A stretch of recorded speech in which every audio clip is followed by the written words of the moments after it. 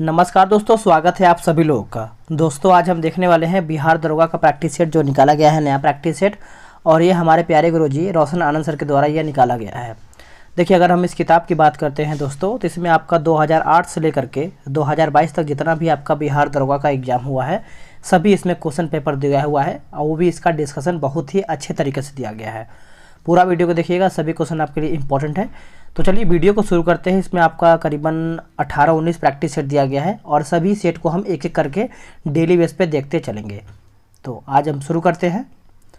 ये जो हमारा सेट है दोस्तों, ये आपका जो परीक्षा हुआ है आपका 26 दिसंबर 2021 को प्रथम पाली का जो एग्ज़ाम हुआ है उसी का पेपर देखेंगे और इसका डिस्कशन कोशिश करेंगे पूरा देखने का। पूरा वीडियो को देखिएगा।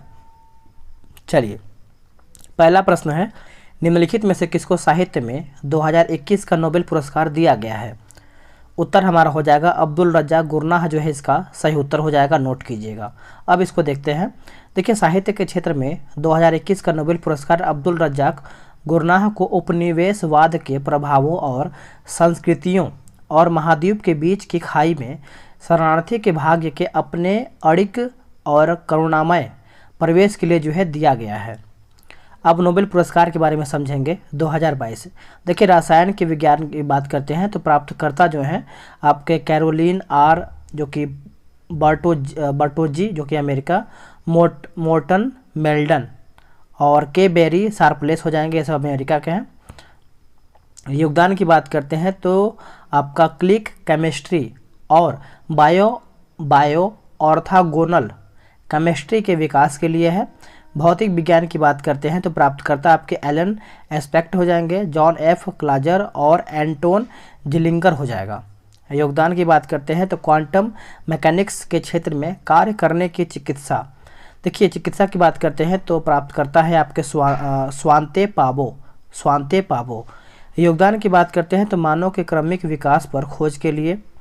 शांति पुरस्कार की बात करते हैं तो आपके एलेस बियाली त्यास्की हो जाएगा, बेलारूस। और 2 मानवाधिकार संगठनों जिसमें से मेमोरियल रूस सेंटर फॉर सिविल लिबर्टीज हो जाएगा, यूक्रेन हो जाएगा। योगदान की बात करते हैं तो नागरिकों के मौलिक अधिकारों की रक्षा करने के लिए। साहित्य की बात करते हैं प्राप्तकर्ता एनी एनॉक्स फ्रेंच। योगदान की बात करेंगे तो साहस और नैतिक सटीकता के साथ जो है सामाजिक प्रतिबंधों को उजागर करने हेतु है। अर्थशास्त्र जो दिया गया है प्राप्तकर्ता की बात करेंगे तो Ben S बर्नानके, Douglas W diamond और फिलिप एच डायबविग जो है इसका उत्तर हो जाएगा। योगदान की बात करते हैं तो बैंकों और वित्तीय संकटों पर शोध के लिए यहाँ पे दिया गया है। अब आते हैं सेकेंड प्रश्न पे। प्रथम अफीम युद्ध का समापन करने वाली संधि कौन सी थी? तो ये हमारा हो जाएगा नॉनकिंग। आंसर हमारा यहाँ पे ए सही उत्तर हो जाएगा। प्रथम अफीम युद्ध जो है 1839 से 42 ब्रिटेन और चीन के बीच हुआ और दूसरा जो है आपका 1856 से 60 के बीच में हुआ है। और दूसरा अफीम युद्ध का समापन जो आपका है टिएट सिंह के संधि के तहत जो है हुआ था। तीसरा हमारा प्रश्न है कि अरुणोदय योजना जो है किस राज्य सरकार जो है प्रारंभ किया गया है? उत्तर हो जाएगा असम के द्वारा किया गया है, ऑप्शन हमारा बी हो जाएगा। नेक्स्ट है कि एशियाई खेलों में बैडमिंटन को पहली बार शामिल किया गया था कब? तो ये किया गया था 1962, ऑप्शन हमारा यहाँ पे बी हो जाएगा।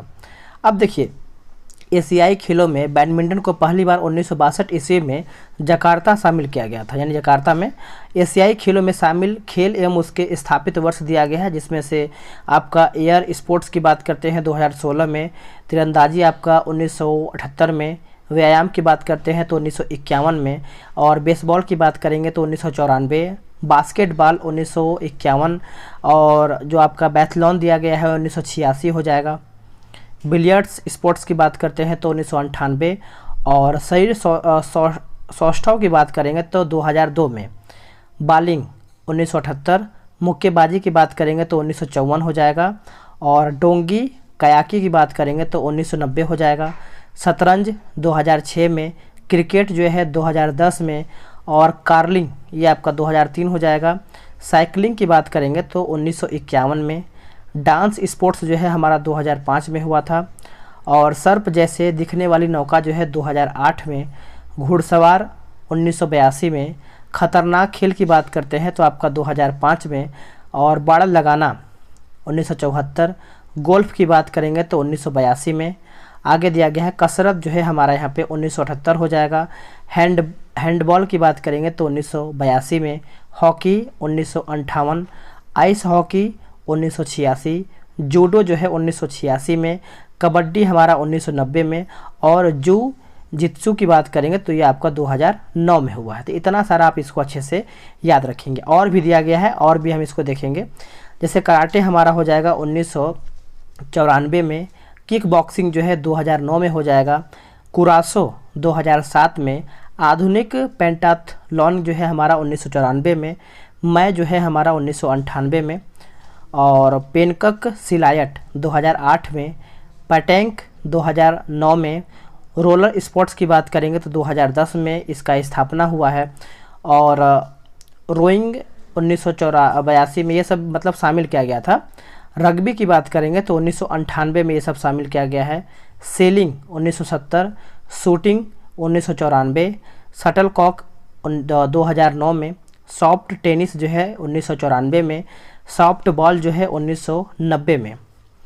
सर्फिंग की बात करेंगे तो 2008, टेबल टेनिस 1958, ताइक्वांडो जो है हमारा यहाँ पे 1986 में, टेनिस जो है 1958, यानी ट्रायथलॉन जो है 2006 में, वॉलीबॉल 1958 में, ठीक है। और वोविनॉम जो है हमारा 2009 में, भारोत्तोलन की बात करेंगे तो 1951, यहाँ पे देखिए वुड बॉल जो है 2008, कुश्ती जो है यहाँ पे 1954, और वुशु जो है हमारा 1990 हो जाएगा। चलिए आगे देखेंगे कि बोला है कि एंकर शब्दावली का उपयोग होता है, तो ये होता है रिले रेस। आंसर हमारा यहाँ पे बी हो जाएगा। देखिए चर्चित खेल एवं उनसे संबंधित चर्चित शब्दावली इस प्रकार है। चर्चित खेल दिया गया है और आपका यहाँ पे चर्चित शब्दावली दिया गया है, पढ़ेंगे पूरा हम। देखिए लंबी कूद जो है हमारा यहाँ पे long jump, track and field, runway take off land हो जाएगा, टेक अप बोर्ड हो जाएगा, लीगल जंप हो जाएगा, और फाउल जंप हो जाएगा यानी जंपर हो जाएगा, और सेंड पीट राउंड जंप हो जाएगा, एस्ट्रॉइड हो जाएगा, लैंडिंग अप्रोच किक हो जाएगा, डबल आर्म हो जाएगा, स्प्रिट पावर स्प्रिंट हो जाएगा, सेल हो जाएगा, और आपका यहाँ पे हिल किक हो जाएगा। अब हम बात करेंगे रिले रेस। देखिए sprint race, racer baton, sprint medal relay, long distant relay हो जाएगा, क्रॉस कंट्री रिले हो जाएगा, और आपका यहाँ पे एंकर हो जाएगा। यानी जैवलिन थ्रो, देखिए रनअप, ट्रांजिशन डिलीवरी, थ्रोवर यानी थ्रोवर हो जाएगा, फिर थ्रो ग्रिप रनवे हो जाएगा, अमेरिकी पकड़ हो जाएगा, फिनिश पकड़ हो जाएगा, पी पकड़ हो जाएगा, स्टैंड अप क्रॉस ओवर हो जाएगा, ट्रांजिशन आदि। ये सब आप यहाँ पे जैवलिन थ्रो में आता है। आगे है हमारा वॉलीबॉल। देखिए ब्लॉकिंग हो जाएगा, rotation, net fault volley pass, forearm pass, service, hook, serve, setup, referee, spike, aerial, switch, dig pass, booster love, और फ्लोटर आदि ये सब इसमें शामिल है। आगे है टेबल टेनिस के बारे में, ये सब हम छोड़ देते हैं, इससे ज़्यादा मायने नहीं रखिएगा ये सब, ठीक है। आते हैं क्वेश्चन नंबर 6 पे। बोला कि चेन मैंग किस स्पर्धा की चैंपियन खिलाड़ी हैं? उत्तर हमारा हो जाएगा option number C, table tennis. देखिए चर्चित खेल और प्रमुख खिलाड़ी भारतीय, ये सब इम्पोर्टेंट है आपके लिए। जैसे टेनिस की बात करेंगे तो रामानाथन कृष्णन, विजय अमृतराज, रमेश कृष्णन, और लिएंडर पेस, महेश भूपति, और रोहन बोपन्ना, सानिया मिर्जा, ये सब पॉइंट आप अच्छे से नोट भी करेंगे। और यहाँ पे दिया गया है कि रॉड लेबर, मार्गरेट कोर्ट, जॉन मैकनरो, उसके बाद ब्योर्न बोर्ग हो जाएगा, फिर आपका यहाँ पे Pete Sampras, Andre Agassi, Chris Evert हो जाएगा, रोजर फेडरर, राफेल नडाल, ये सब अंतर्राष्ट्रीय है, नोवाक जोकोविच, Serena Williams, Steffi Graf, Martina Navratilova हो जाएगा, ठीक है। अब यहाँ पे हम देखेंगे जैसे आइस हॉकी, हेले वेके हेइसर, जेना हेफोर्ड, हिलेरी नाइट, ब्रायना डेकर, और उसके बाद कैंडल कोएने सेफील्ड, नाम भी थोड़ा सा खतरनाक ही है।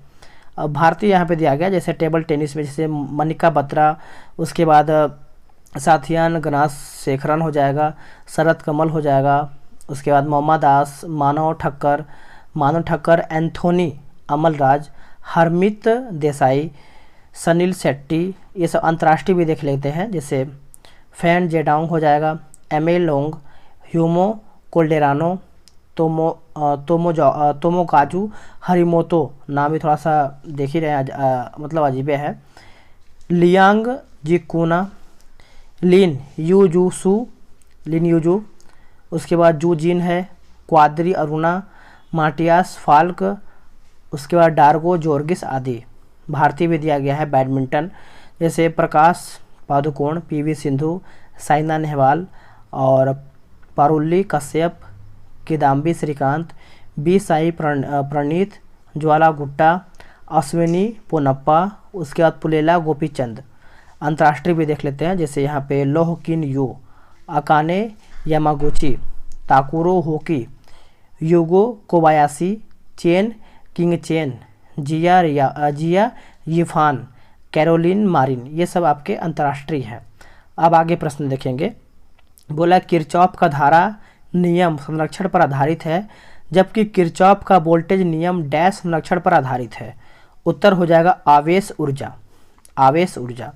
देखिए किरचॉफ का धारा नियम आवेश संरक्षण पर आधारित है, जबकि किरचॉफ का वोल्टेज नियम ऊर्जा संरक्षण पर आधारित है। किरचॉफ नियम जो है दोस्तों, इसके अनुसार अच्छे अवशोषण ही अच्छे उत्सर्जन होते हैं। अंधेरे कमरे में यदि एक काली और एक सफ़ेद वस्तु को समान ताप पर गर्म करके रखा जाए तो काली वस्तु जो है अधिक विकिरण जो है उत्सर्जित करेगी, अतः काली वस्तु अंधेरे में अधिक चमकेगी। आगे है FIT मोबाइल एप्लीकेशन निम्नलिखित में से किस मंत्रालय ने शुरू किया है? तो ये शुरुआत किया गया है खेलकूद मंत्रालय। ऑप्शन हमारा यहाँ पे ए सही हो जाएगा। देखिए युवा मामले और खेल मंत्री श्री अनुराग सिंह ठाकुर 29 अगस्त 2021 को फिट इंडिया मोबाइल एप्लीकेशन जो है लॉन्च किए हैं। स्वास्थ्य एवं परिवार कल्याण मंत्री मनसुख एल मंडाविया, ऊर्जा मंत्रालय जो है आपके राजकुमार सिंह, जनजातीय मामलों का मंत्रालय जो है अर्जुन मुंडा हो जाएंगे। आगे है हमारा क्वेश्चन नंबर 9 कि हर्षवर्धन के साम्राज्य की राजधानी थी। उत्तर हो जाएगा हमारा ऑप्शन नंबर ए कन्नौज जो है इसका सही उत्तर हो जाएगा। देखिए राज्यवर्धन की मृत्यु के बाद 606 ईस्वी में 16 वर्ष की अवस्था में हर्षवर्धन थानेश्वर की गद्दी पर बैठा। हर्ष को शिलादित्य के नाम से भी जाना जाता है। हर्ष ने शशांक को पराजित करके कन्नौज पर अधिकार कर लिया तथा उसे अपनी राजधानी जो है बनाया। हर्ष और पुलकेशिन द्वितीय के बीच नर्मदा नदी के तट पर युद्ध हुआ जिसमें हर्ष की पराजय हुई। इसका वर्णन जो है एहोल प्रशस्ति अभिलेख में किया गया है। चीनी यात्री हुएनसांग हर्षवर्धन के शासनकाल में भारत आया। हुएनसांग को यात्रियों में राजकुमार, नीति का पंडित एवं वर्तमान शाक्य मुनि जो है कहा जाता है। बाण भट्ट हर्ष के दरबारी कवि थे। उन्होंने हर्षचरित एवं कादंबरी की रचना किया। प्रियदर्शिका जो है रत्नावली तथा नागानंद नामक 3 संस्कृति नाटक ग्रंथों की रचना जो है हर्ष ने किया था। हर्षचरित्र में प्रांतीय शासक के लिए लोकपाल शब्द जो है आया हुआ है। आगे है निम्न में से किस कंपनी ने सन 1983 में ह्यूमुलिन का विक्रय जो है आरंभ किया? उत्तर हो जाएगा एली लिली। ऑप्शन नंबर हमारा ए हो जाएगा। अब पढ़ते हैं इसको अच्छे तरीके से। देखिए एली लिली ने सन 1983 में ह्यूमुलिन का विक्रय जो है आरंभ कर दिया था। मधुमेह रोगियों द्वारा उपयोग में लाए जाने वाले इंसुलिन जानवरों व सुअरों को मारकर उनके अग्नाशय से निकाला जाता था। जानवरों द्वारा प्राप्त इंसुलिन से कुछ रोगियों में एलर्जी या बाह्य प्रोटीन के प्रति दूसरे तरह की प्रतिक्रिया जो है होने लगती थी। आगे है कि इंसुलिन 2 छोटी जो कि पॉलीपेप्टाइड श्रृंखलाओं का बना होता है। श्रृंखला ए व श्रृंखला बी जो आपस में डाइसल्फाइड बंधों द्वारा जुड़ी होती है। मानव सहित स्तनधारियों में इंसुलिन पाक हार्मोन संश्लेषण होता है जिसमें एक अतिरिक्त फैलाव होता है जिसे पेप्टाइड सी कहते हैं। यह जो है सी पेप्टाइड परिपक्व इंसुलिन में नहीं होता है, जो परिपक्वता के दौरान जो है इंसुलिन से अलग हो जाता है और हो जाता है। आरडीएनए तकनीकियों का प्रयोग करते हुए इंसुलिन के उत्पादन में मुख्य चुनौती यह है कि इंसुलिन को एकत्रित कर परिपक्व रूप में तैयार किया जाए। 1983 ईस्वी में एली लिली नामक एक अमेरिकी कंपनी ने 2 डीएनए अनुक्रमों को तैयार किया जो मानव इंसुलिन की श्रृंखलाएं ए और बी के अनुरूप होती है, जिससे ई कोलाई के जो कि प्लाज्मिड में प्रवेश करा करके इंसुलिन श्रृंखलाओं का उत्पादन किया। इन अलग अलग निर्मित श्रृंखलाओं ए और बी को निकाल करके डाइसल्फाइड बंध बना करके आपस में संयोजित कर मानव इंसुलिन का यहाँ पे निर्माण किया गया। चलिए आगे देखेंगे। निम्नलिखित में से ए प्रॉमिस्ड लैंड पुस्तक के लेखक कौन है? उत्तर हो जाएगा हमारा option number B, Barack Obama. समझते हैं। देखिए, ए प्रॉमिस्ड लैंड पुस्तक के लेखक बराक ओबामा है। ए प्रॉमिस्ड लैंड पुस्तक अमेरिका के पूर्व राष्ट्रपति बराक ओबामा के राजनीतिक जीवन पर आधारित संस्करण का पहला अंक है। देखिए, यह ए प्रॉमिस्ड लैंड पुस्तक के 2 संस्करणों में से पहला संस्करण है। इसमें बराक ओबामा के राजनीतिक जीवन, 2008 ईस्वी के राष्ट्रपति अभियान और 2011 ईस्वी में ओसामा बिन लादेन की मृत्यु तक उनके पहले कार्यकाल के बारे में लिखा गया है। अन्य पुस्तक एवं उनके लेखक के बारे में समझते हैं, जैसे the audacity of hope Barack Obama, a promised land Barack Obama, the luminaries जो है आपका एलिनोर कैटन का उपन्यास जिसे वर्ष 2013 का मैन बुकर पुरस्कार मिला है, द रिहॉल्सलर जो है आपका यहाँ पे एलिनोर कैटन का उपन्यास है। फर्स्ट पर्सन की बात करेंगे तो व्लादिमीर पुतिन इसका उत्तर हो जाएगा। आगे है सोनार संक्षिप्तकरण है, तो उत्तर हमारा हो जाएगा साउंड नेविगेशन और रेजिंग का आंसर हमारा यहाँ पे डी हो जाएगा। समझते हैं। समुद्र की गहराई पता लगाने एवं पानी के अंदर नौवहन में पनडुब्बियों द्वारा सोनार उपकरण का यहाँ पे प्रयोग होता है। फुल फॉर्म आप समझ गए होंगे, साउंड नेविगेशन एंड रेंजिंग हो जाएगा। सोनार की full form sound navigation and ranging होती है और इस टेक्नोलॉजी को हम समुद्र की गहराई मापने या समुद्र में मौजूद किसी ऑब्जेक्ट का पता लगाने के लिए उपयोग करते हैं। सोनार तकनीक का उपयोग किसी जहाज के मलबे को ढूंढने के लिए भी किया जाता है, याद रखेंगे। सोनार अल्ट्रासोनिक तरंगों को समुद्र के निचले स्तर की ओर भेजता है। यह प्रतिध्वनि के सिद्धांत पर कार्य करता है। ठीक है, चलिए प्रमुख उपकरण एवं उनके कार्य, जैसे उपकरण दिया गया है और कार्य दिया गया है। फायदोमीटर जो है समुद्र की गहराई का मापक, बैरोमीटर वायुमंडलीय दाब की माप, रेनगेज की बात करते हैं तो वर्षा का मापक हो जाएगा, और रिएक्टर स्केल जो है भूकंप की तीव्रता की माप हो जाएगा। हाइग्रोमीटर जो है यहाँ पे वायुमंडल की आर्द्रता की माप हो जाएगा, और सिस्मोग्राफ जो है हमारे यहाँ पे भूकंप मापी, तो यहाँ पे जो दिया गया है सिस्मोग्राफ भूकंप मापी यंत्र हो जाएगा। आगे है जैसे अमीटर दिया गया है तो विद्युत धारा की माप हो जाएगा। स्फिग्नोमैनोमीटर जो है हमारे यहाँ पे रक्त दाब का मापक हो जाएगा। कुछ रीजनिंग का भी प्रश्न दिया गया है तो आराम से आप, और हाँ एक बात तो मैं भूल ही गया, देखिए अगर आपको बिहार दरोगा के टारगेट बैच में ज्वाइन होना है तो ये व्हाट्सअप नंबर लिख लीजिए 8756546533। आप इस पर व्हाट्सअप करके आराम से बिहार दरोगा के टारगेट बैच में ज्वाइन हो सकते हैं।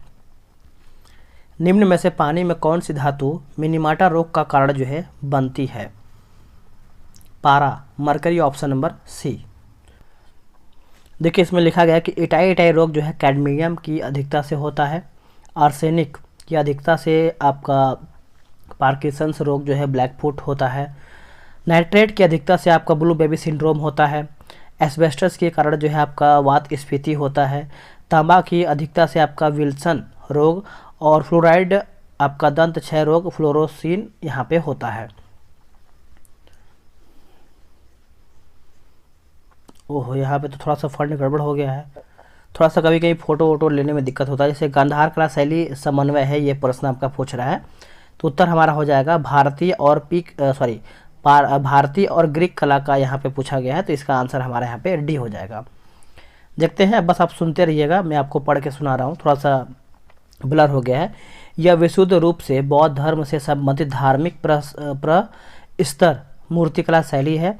इसका उदय जो है कनिष्क प्रथम यानी पहली शताब्दी के समय में हुआ, तथा तक्षशिला, कपीसा और पुष्प कलावती, बामियान, बेग्राम आदि इसके प्रमुख जो है केंद्र रहे हैं। गांधार शैली में स्वात घाटी यानी अफगानिस्तान के भूरे रंग के पत्थर या स्लेटी पत्थर का इस्तेमाल होता था। गांधार शैली के अंतर्गत बुद्ध की मूर्तियाँ या प्रतिमा जो है आसन बैठे हुए या स्थानक खड़े हुए दोनों मुद्राओं में मिलती है। गांधार मूर्तिकला शैली के अंतर्गत भगवान बुद्ध प्रायः जो है वस्त्रयुक्त घुंघराले बाल व मूंछ सहित ललाट पर ऊर्जा भौरी, सिर के पीछे आपका प्रभामंडल तथा वस्त्र सलवट या चप्पल युक्त विशेषताओं से परिपूर्ण है। आगे है कि हिंद यूनानी शासकों ने भारत के पश्चिमोत्तर सीमा प्रांत में यूनान की प्राचीन कला चलाई, जिसे हेलेनी ईस्ट आर्ट जो है कहते हैं। गांधार शैली एवं मथुरा शैली का विकास जो है कनिष्क के शासनकाल में हुआ था। भारत की प्रथम सौर संचालित टेक्सटाइल मिल जो है कहाँ पर निर्मित किया जाएगा, तो यह किया जाएगा आपका परभणी, महाराष्ट्र। ऑप्शन हमारा यहाँ पे ए सही हो जाएगा। समझते हैं, देखिए भारत की प्रथम सौर संचालित टेक्सटाइल जो है मिल परभणी, महाराष्ट्र में निर्मित की जाएगी। एशिया का पहला सौर ऊर्जा सक्षम कपड़ा मिल महाराष्ट्र के परभणी जिले में स्थापित किया गया। 30 एकड़ भूमि में फैली जय भवानी महिलाओं की सहकारी कपड़ा मिल एशिया का पहली ऐसी मिल होगी जो पूरी तरह से सौर ऊर्जा पर काम करेगी। यह परियोजना की जो स्थापना की कुल लागत जो है दोस्तों 100 करोड़ रुपया है। एक बार शुरू होने के बाद मिल सूती कपड़ों का प्रसंस्करण करेगी और जिले की कई महिलाओं को रोजगार प्रदान करेगी। परभणी महाराष्ट्र का प्रमुख कपास उत्पादक जिला है, जो मिल के परिचालन के साथ साथ जिले में औद्योगिक क्षेत्र को गति प्रदान करेगा। आगे है कि भारत में चाय उत्पादन में प्रथम स्थान जो है किस राज्य का है। प्रथम स्थान किस राज्य का है दोस्तों, तो प्रथम स्थान जो है दोस्तों आपका यहाँ पे असम राज्य का है। ऑप्शन हमारा बी हो जाएगा। देखिए चाय जो है हमारा यहाँ पे कैमेलिया साइनेंसिस के पौधे से बना एक पेय है। चाय एक उष्णकटिबंधीय और उपोष्ण कटिबंधीय पौधा है। चीन चाय का सबसे बड़ा उत्पादक है। भारत दुनिया में चाय का दूसरा सबसे बड़ा उत्पादक है। अंतर्राष्ट्रीय चाय दिवस जो है 21 मई को मनाया जाता है। इसका उत्तर जो है हमारा 19 का जो है दोस्तों यहाँ पे क्या बोलते हैं डी हो जाएगा। अब आते हैं 20 नंबर पे। बोल रहा है कि अंतर्राज्यीय विवाह को प्रोत्साहन करने के लिए उड़ीसा सरकार ने निम्न में से कौन सा वेब पोर्टल जो है प्रारंभ किया है। सुमंगलम। ऑप्शन हमारा यहाँ पे ए सही उत्तर हो जाएगा। समझते हैं, देखिए अंतर्राज्यीय विवाह को प्रोत्साहन करने के लिए उड़ीसा सरकार ने सुमंगलम वेब पोर्टल प्रारंभ किया है। उड़ीसा के मुख्यमंत्री नवीन पटनायक ने उड़ीसा राज्य छात्रवृत्ति पोर्टल और सुमंगलम पोर्टल नाम से 2 वेब पोर्टल जो है लॉन्च किए हैं। उड़ीसा राज्य छात्रवृत्ति पोर्टल राज्य के योग्य छात्रों को सहज और पारदर्शी तरीके से छात्रवृत्ति लाभ प्राप्त करने में मदद करने के लिए है, जबकि सुमंगलम पोर्टल जो है अंतरजातीय विवाह प्रोत्साहन का लाभ उठाने में लोगों की मदद करने के लिए है। दुर्खिम के अनुसार समाज में कैसी एकता है। देखिए दुर्खिम के अनुसार जो है सावयवी एकता है। आंसर हमारा यहाँ पे बी हो जाएगा। पुस्तक division of labour in society. देखिए दुर्खिम का सामाजिक एकता सिद्धांत हम पढ़ते हैं। बात करेंगे इमाइल दुर्खिम का संपूर्ण चिंतन का सिद्धांत जो है सामूहिकवाद पर आधारित है। उसके प्रत्येक सिद्धांत में समूह और समाज का महत्व है। चलिए आगे देखेंगे। आगे हमारा कि उसके गढ़ते हैं किंतु वे उसके द्वारा संचालित, नियंत्रित और दिशा निर्देशन भी प्राप्त करते हैं। आगे क्या है, आगे के व्यक्तियों की उन्नति, प्रगति और विकास समूह के विकास पर आधारित है। समूह का विकास उसकी एकता की भावना में समाहित एकता का अभिन्न अंग व्यक्ति है, क्योंकि वह ही इसका निर्धारक है। इस दृष्टि से दुर्खिम का सामाजिक एकता का सिद्धांत जो है समाजशास्त्र में महत्वपूर्ण स्थान रखता है।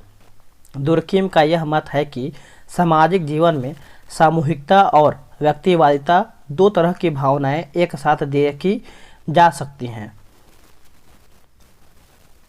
आगे है कि निम्नलिखित में से किसे हिंदी साहित्य में उनके योगदान के लिए ज्ञानपीठ पुरस्कार से सम्मानित जो है किया गया है। उत्तर हो जाएगा option number A, Krishna Sobti. समझते हैं। देखिए, कृष्णा सोबती को हिंदी साहित्य में उनके योगदान के लिए देश का सर्वोच्च साहित्यिक सम्मान ज्ञानपीठ पुरस्कार 2017 से नवाजा गया था। देखिए, 56वां 2021 के लिए असमिया कवि नील मणि यानी फुकन जूनियर। 57वां की बात करते हैं 2022 के लिए कोंकणी उपन्यासकार दामोदर मेवजो। शुरुआत 1965। ज्ञानपीठ पुरस्कार के बारे में समझते हैं। इसका शुरुआत 1965। साहित्य का सबसे बड़ा सम्मान है, राशि 11 लाख। प्रथम प्राप्तकर्ता जो है पुरुष जी शंकर कुरुप, जो कि मलयालम भाषा। पुस्तक जो है आपका ओटकू सल के लिए है। प्रथम महिला प्राप्तकर्ता की बात करेंगे तो आशा पूर्णा देवी, बंगाली भाषा। पुस्तक जो है प्रथम प्रति श्रुति हो जाएगा।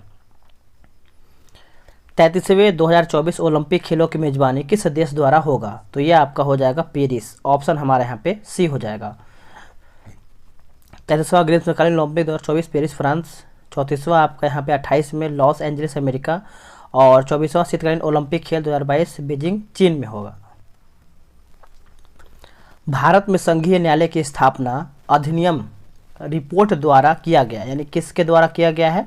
तो भारत सरकार अधिनियम 1935। ऑप्शन हमारा यहाँ पे डी हो जाएगा। देखिए, भारत में संघीय न्यायालय की स्थापना भारत सरकार अधिनियम 1935 द्वारा किया गया है। 1935 का भारत सरकार अधिनियम थोड़ा सा समझते हैं इसके बारे में। देखिए, इसे क्या है कि इसे 3 जुलाई 1936 ईस्वी को लागू किया गया। वैसे पूर्ण रूप से चुनावों के बाद अप्रैल 1937 ईस्वी में यह लागू हुआ। इस अधिनियम में कुल 321 अनुच्छेद एवं 10 अनुसूचियां थी। इसके द्वारा भारत में प्रथम संघीय शासन प्रणाली का प्रारंभ किया गया। 1935 के एक्ट के द्वारा प्रांतों में द्वैत शासन व्यवस्था को समाप्त कर दिया गया एवं केंद्र में द्वैत शासन व्यवस्था जो है अपनाई गई। इसके द्वारा एक संघीय न्यायालय की स्थापना 1937 ईस्वी में किया गया।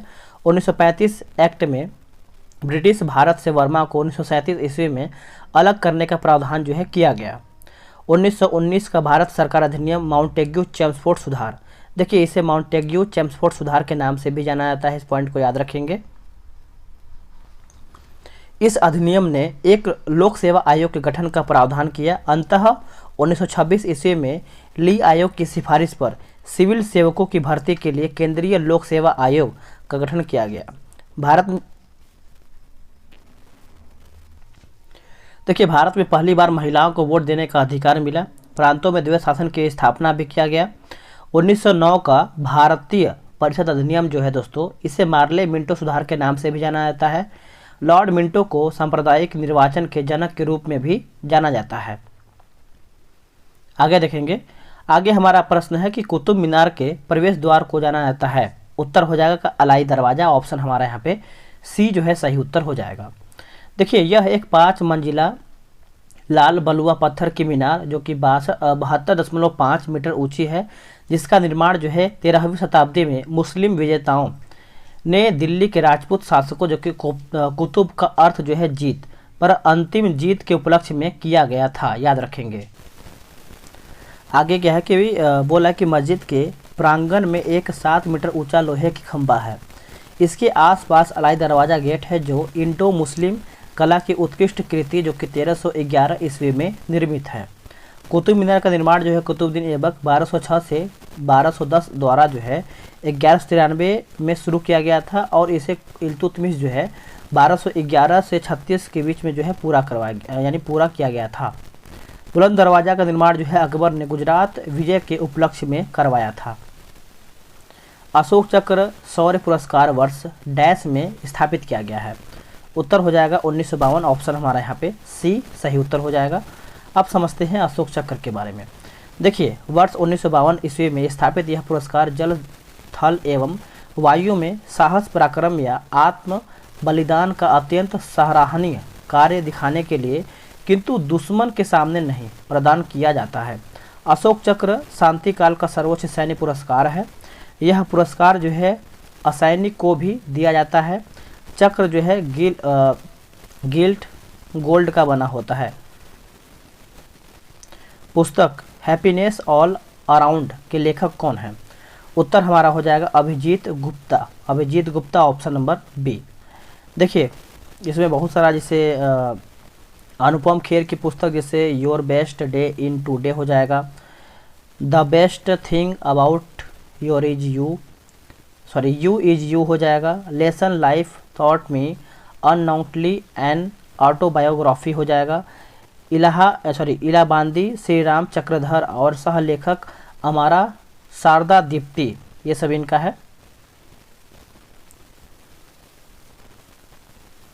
ये सब हाथ मिलाने मतलब मैथ्स का है प्रश्न। सांची स्तूप मूल रूप से किस मौर्य शासक ने बनवाया था? उत्तर हो जाएगा अशोक ने। ऑप्शन हमारा यहाँ पे सी हो जाएगा। देखिए, स्तूपों का निर्माण जो है ईंटों से किया जाता था। सांची का स्तूप जो है विदिशा मध्य प्रदेश यानी बरहूत का स्तंभ, सतना मध्य प्रदेश सारनाथ स्थित धर्मराज का स्तूप का निर्माण जो है अशोक ने करवाया था। चंद्रगुप्त मौर्य जो है 322 से 298 ईसा पूर्व मौर्य वंश का संस्थापक चंद्रगुप्त मौर्य थे। मौर्य वंश की जानकारी जो है कौटिल्य यानी चाणक्य का अर्थशास्त्र, विशाखादत्त की मुद्रा राक्षस, मेगास्थनीज की इंडिका, यूनानी लेखक जस्टिन के वृत्तांत तथा सम्राट अशोक के स्तंभ लेख शिलालेख में मिलती है।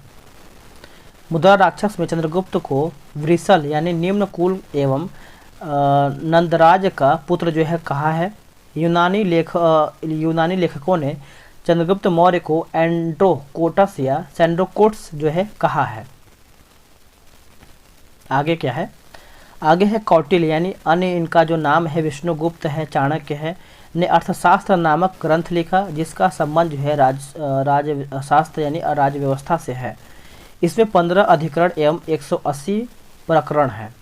चंद्रगुप्त मौर्य ने जैन साधु भद्रबाहु से जैन धर्म की दीक्षा ली और श्रवणबेलगोला स्थित चंद्रगिरी पहाड़ी पर करीब 298 ईसा पूर्व में जो है संलेखना द्वारा जो है शरीर त्याग दिया। अब हम बात करेंगे बिंदुसार के बारे में। देखिए, बिंदुसार को वायु पुराण में भद्रसार, जैन ग्रंथ में सिंहसेन, यूनानी लेखक जो कि अमित्रोचेट्स एवं संस्कृत ग्रंथ में अमित्रघात कहा गया है। स्ट्रेबो के अनुसार जो है सीरियन शासक एंटियोकस ने बिंदुसार के दरबार में डाइमेकस नाम के राजदूत को भेजा। बिंदुसार आजीवक संप्रदाय का अनुयायी था। आगे क्या है? राष्ट्रपति की अध्यादेश पारित करने की शक्ति वर्णित है किसमें? आंसर हमारा हो जाएगा ऑप्शन नंबर ए, अनुच्छेद 123 में। देखिए, अनुच्छेद 123 के अनुसार जब संसद का सत्र न चल रहा हो और राष्ट्रपति को ऐसा लगे कि ऐसी परिस्थिति में विद्यमान है जिनके कारण तत्काल कार्रवाई करना आवश्यक हो गया है, तो राष्ट्रपति जो है अध्यादेश जारी कर सकता है। यह अध्यादेश जो है अधिनियम की तहत यानी अधिनियम की तरह प्रभावी एवं शक्तिशाली होता है। देखिए, आगे के संसद के पुनः सत्रारंभ पर यह अध्यादेश 6 सप्ताह के अंदर दोनों सदनों द्वारा पारित हो जाना चाहिए, अन्यथा यह अध्यादेश जो है समाप्त समझा जाएगा। अनुच्छेद 143 के तहत राष्ट्रपति को यह अधिकार है कि वह सार्वजनिक महत्व के विषयों पर उच्चतम न्यायालय से सलाह ले सकता है। अनुच्छेद 52 भारत का एक राष्ट्रपति होगा। अनुच्छेद 300 में भारत सरकार के वाद और कार्यवाहियों का वर्णन है। आगे है कि बोला कि यूटोपिया का लेखक कौन था? उत्तर हो जाएगा Thomas More. Thomas More, option number A सही उत्तर हो जाएगा। आगे है प्लूटो की रचना जो है आपका रिपब्लिक, उसके बाद अपोलॉजी, लॉज मीनो, क्रीटो, उसके बाद यूथ्रीफो, प्रोटागोरस आदि। विलियम शेक्सपियर की रचना जो है आपका जूलियस सीजर, उसके बाद रोमियो जूलियट, मैकबेथ, ओलेथी और हेमलेट आदि। डेसी डेरियस अरास्मस की रचना जो है आपका यहाँ पे इन पैस ऑफ फोली, उसके बाद क्लिक ETC, ये सब आपका दिया गया है। भारतीय वन अनुसंधान संस्थान कहाँ पर स्थित है? तो उत्तर आप सभी को पता ही होगा, आपने आंसर यहाँ पे डी किया होगा, देहरादून, जो कि सही उत्तर आपका यहाँ पे देहरादून ही होगा। भारतीय कृषि अनुसंधान परिषद दिल्ली, भारतीय मौसम विज्ञान विभाग दिल्ली, केंद्रीय सड़क अनुसंधान संस्थान दिल्ली, अखिल भारतीय आयुर्विज्ञान संस्थान दिल्ली, भारतीय पुरातत्व सर्वेक्षण विभाग जो है आपका कोलकाता हो जाएगा, राष्ट्रीय दृष्टि दिव्यांगजन सशक्ति जो है आपका संस्थान देहरादून, केंद्रीय आलू अनुसंधान संस्थान शिमला यानी हिमाचल प्रदेश हो जाएगा। भारत का सबसे उत्तरी बिंदु कौन सा है दोस्तों? तो इंदिरा कॉल, ऑप्शन हमारा यहाँ पे बी हो जाएगा। समझते हैं, भारत का दूरस्थ दक्षिणी बिंदु इंदिरा पॉइंट, जो कि पिग्मेलियन पॉइंट, ग्रेट निकोबार अथवा बड़ा निकोबार द्वीप है। यह यानी एवं मुख्य भूमि पर दक्षिणतम बिंदु केप केमोरिन यानी कन्याकुमारी तमिलनाडु में है। भारत का दूरस्थ उत्तरी बिंदु जो है सियाचिन ग्लेशियर के निकट इंदिरा कॉल यानी लद्दाख में है। भारत का सुदूर पूर्वी बिंदु जो है किबीथू यानी अरुणाचल प्रदेश में है। भारत का दूरस्थ पश्चिमी बिंदु जो है गौरमाता गुजरात का है। निजी क्षेत्र में लघु व मध्यम उद्योग के विकास के औद्योगिक साख व निवेश निगम का प्रायोजन था। उत्तर हो जाएगा विश्व बैंक मिशन, ऑप्शन नंबर हमारा सी हो जाएगा। इडली यानी इडली को किस प्रक्रिया द्वारा जो है बनाया जाता है? उत्तर हमारा हो जाएगा स्टीमिंग, आंसर हमारा यहाँ पे सी सही उत्तर हो जाएगा। देखिए, इडली एक दक्षिण भारतीय व्यंजन है। यह श्वेत रंग की यानी सफ़ेद रंग की मुलायम और गुदगुदी 2-3 इंच के व्यास की होती है। यह चावल और उड़द की धुली दाल भिगोकर पीसे हुए खमीर उठाकर बने हुए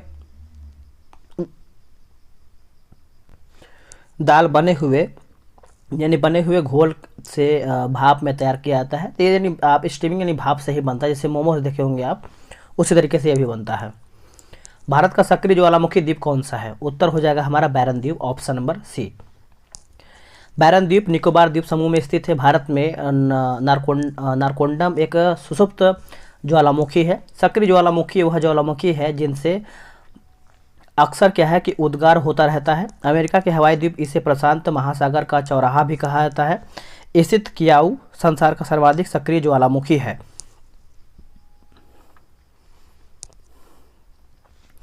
भूमध्य सागर में सिसिली के उत्तर में सिपाली द्वीप पर अवस्थित स्टम्बोली ज्वालामुखी को भूमध्य सागर का प्रकाश स्तंभ कहा जाता है। विश्व का सबसे ऊंचा ज्वालामुखी पर्वत कोटापैक्सी यानी ऊंचा जो है करीबन 19,613 फीट इक्वाडोर में है। विश्व की सबसे ऊंचाई पर स्थित सक्रिय ज्वालामुखी ओजस डेल सलाडो यानी एंडीज पर्वतमाला में यानी अर्जेंटीना और चिली देश के सीमा पर स्थित है। विश्व की सबसे ऊंची पर स्थित शांत ज्वालामुखी जो कि एकांगुआ एंडीज पर्वतमाला पर ही स्थित है, जिसकी ऊंचाई करीबन 59-60 मीटर है, याद रखेंगे। प्रदीप्ति नलिका तथा नियोन चिन्ह जो है बल्ब में होता है। उत्तर हमारा हो जाएगा प्लाज्मा, ऑप्शन हमारा यहाँ पे डी हो जाएगा। समझते हैं इसको। देखिए, प्लाज्मा पदार्थ की चौथी अवस्था है। यह अत्यधिक ऊर्जा वाले और अधिक उत्तेजित कणों से बना होता है। इस अवस्था में कण आयनीकृत गैस के रूप में होते हैं। विद्युत प्रभावित होने पर बल्ब के अंदर जो है उपस्थित गैस आयनीकृत हो जाती है, जिसके कारण जो है बल्ब या ट्यूब में चमकीला प्लाज्मा जो है बनता है। निम्न में से कौन सी कमेटी मौलिक कर्तव्यों से संबंधित है?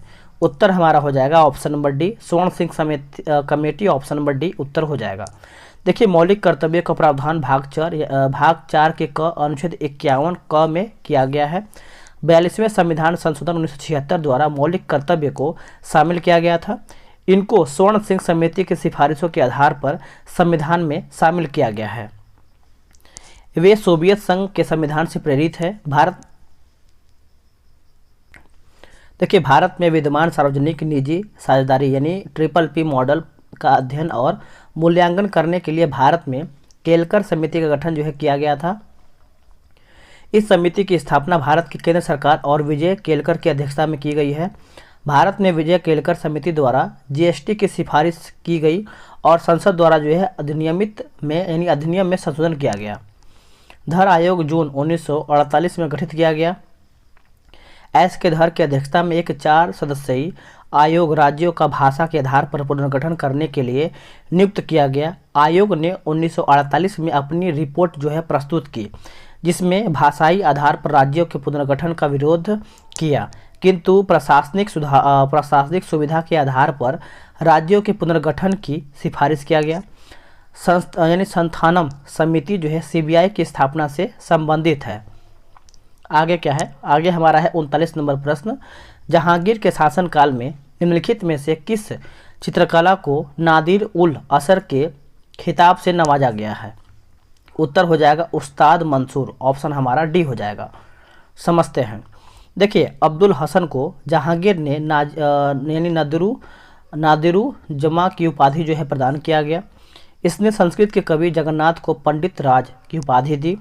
जहांगीर के दरबार के प्रमुख चित्रकार थे आपके अगारजा, अब्दुल हसन, मोहम्मद नासिर, मोहम्मद मुराद, उस्ताद मंसूर और किशन दास मनोहर, गोवर्धन, फारूक बेगम और दौलत। ठीक है। जहांगीर के समय को चित्रकला का स्वर्ण काल जो है कहा जाता है।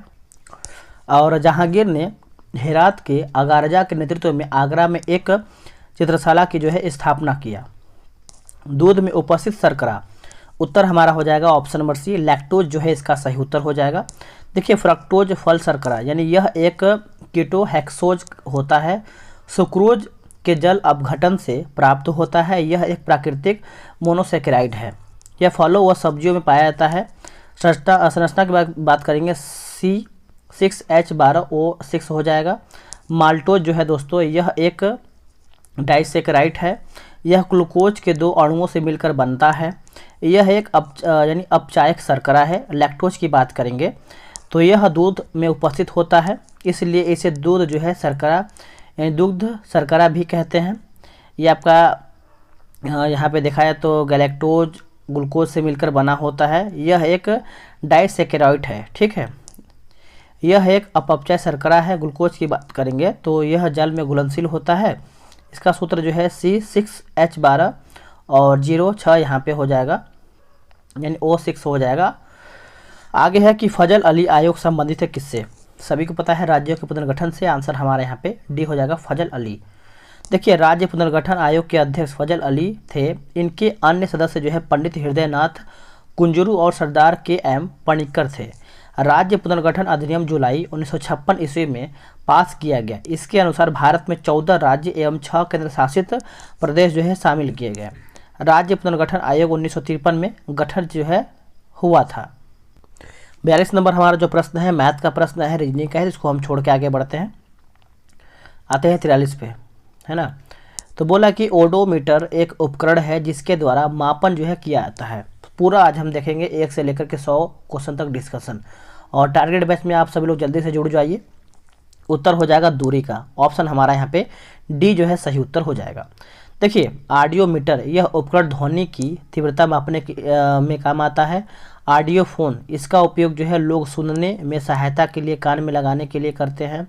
बैरोमीटर जो है यह उपकरण वायु दाब मापने में काम में आता है। उसके बाद अमीटर की बात करते हैं तो इसका उपयोग जो है विद्युत धारा को मापने के लिए किया जाता है। हाइग्रोमीटर इसकी सहायता से वायुमंडल में व्याप्त आर्द्रता जो है नापी जाती है। सिस्मोग्राफ यह भूकंप का पता लगाने वाला उपकरण है। फैदोमीटर यह यंत्र जो है समुद्र की गहराई नापने में काम आता है।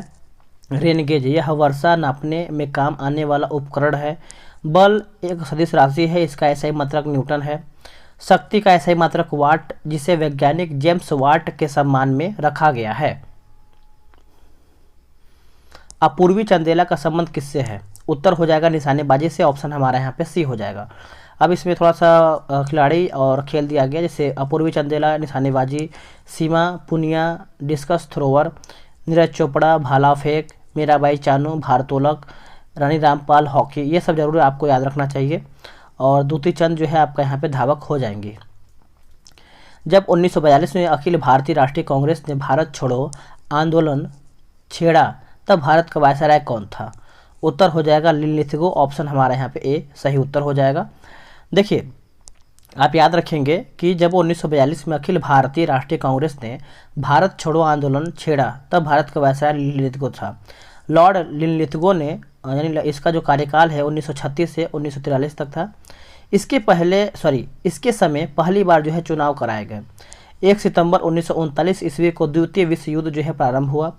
1 मई 1939 ईस्वी में सुभाष चंद्र बोस ने फॉरवर्ड ब्लॉक नाम की एक नई पार्टी जो है बनाई।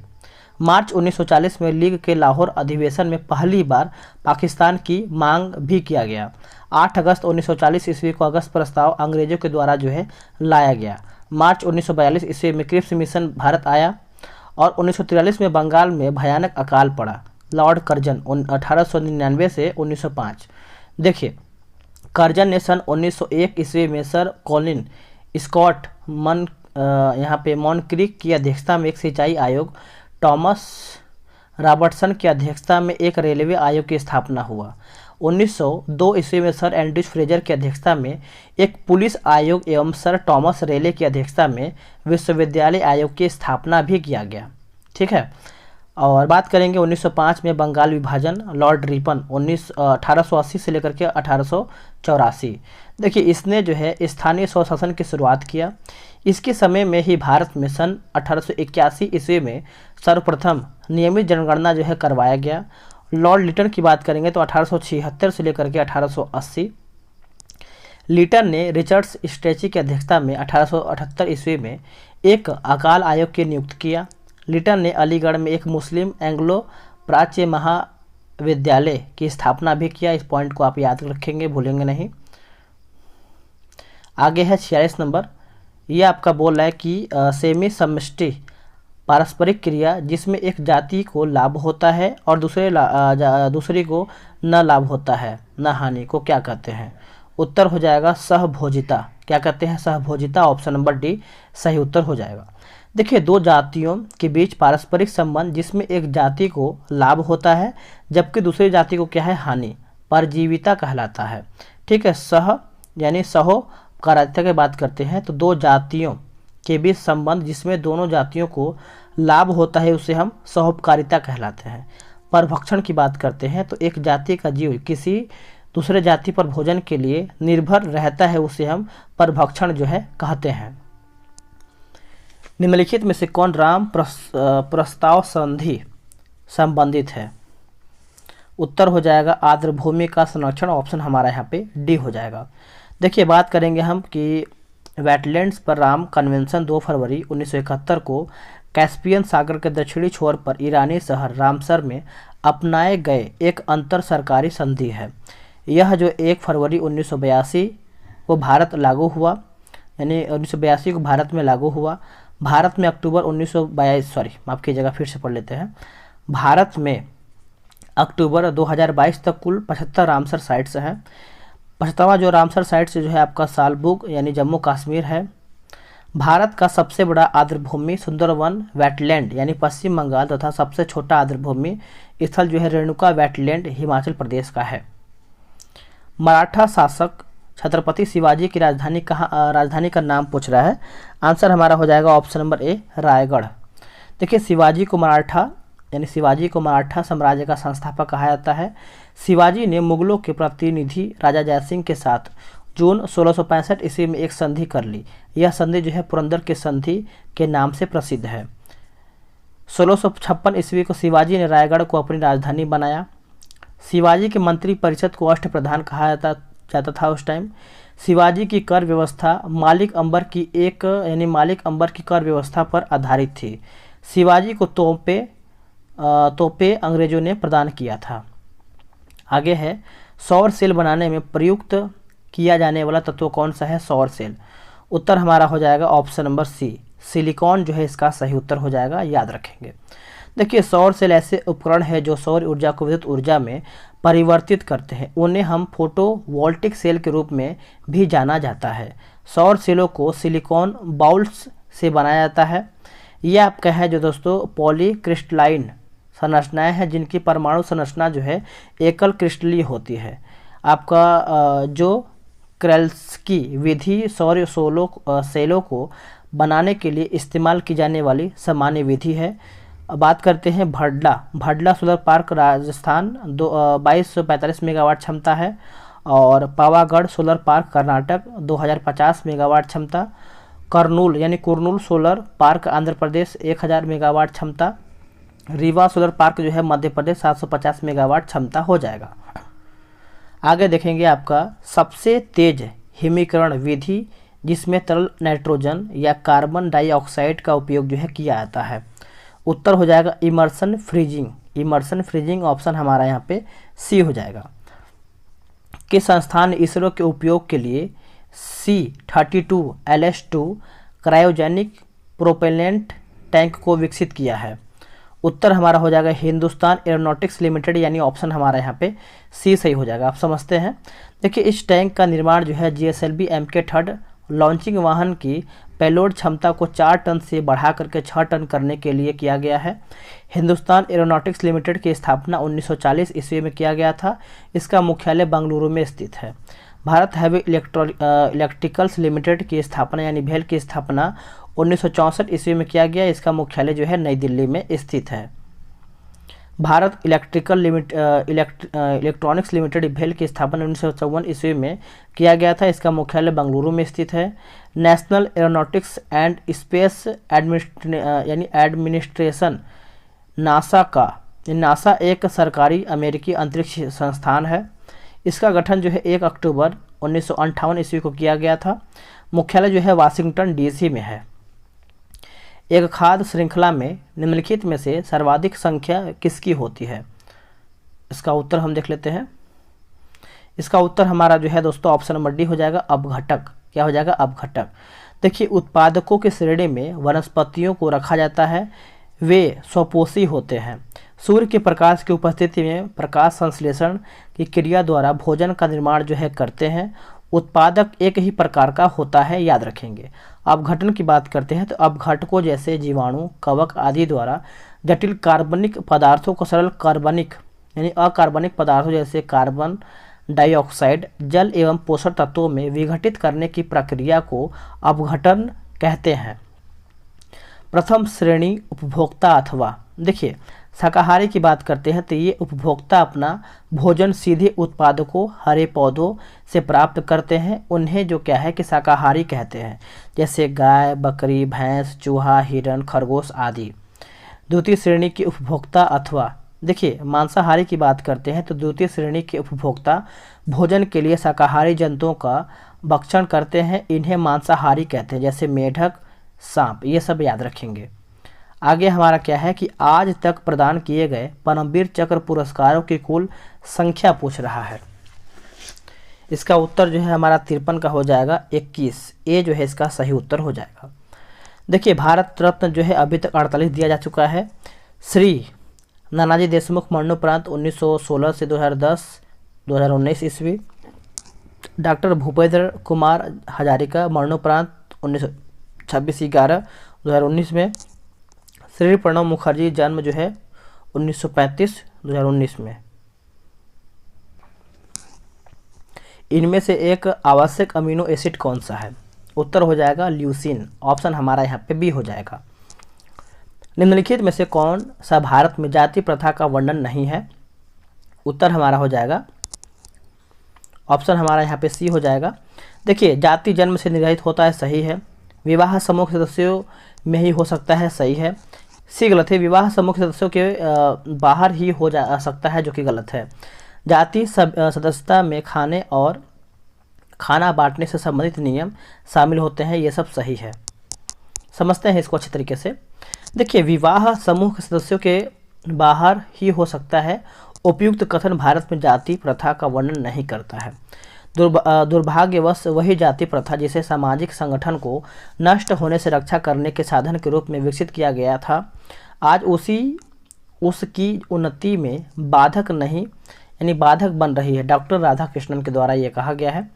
आगे कि भारत में सामाजिक प्रथा के रूप में मूल रूप से दो अलग अलग अवधारणाएं शामिल हैं, वर्ण और जाति। वर्ण को व्यक्ति का वर्ग कहा जाता है। इसके अंतर्गत 4 श्रेणियां ब्राह्मण, क्षत्रिय, वैश्य, शूद्र।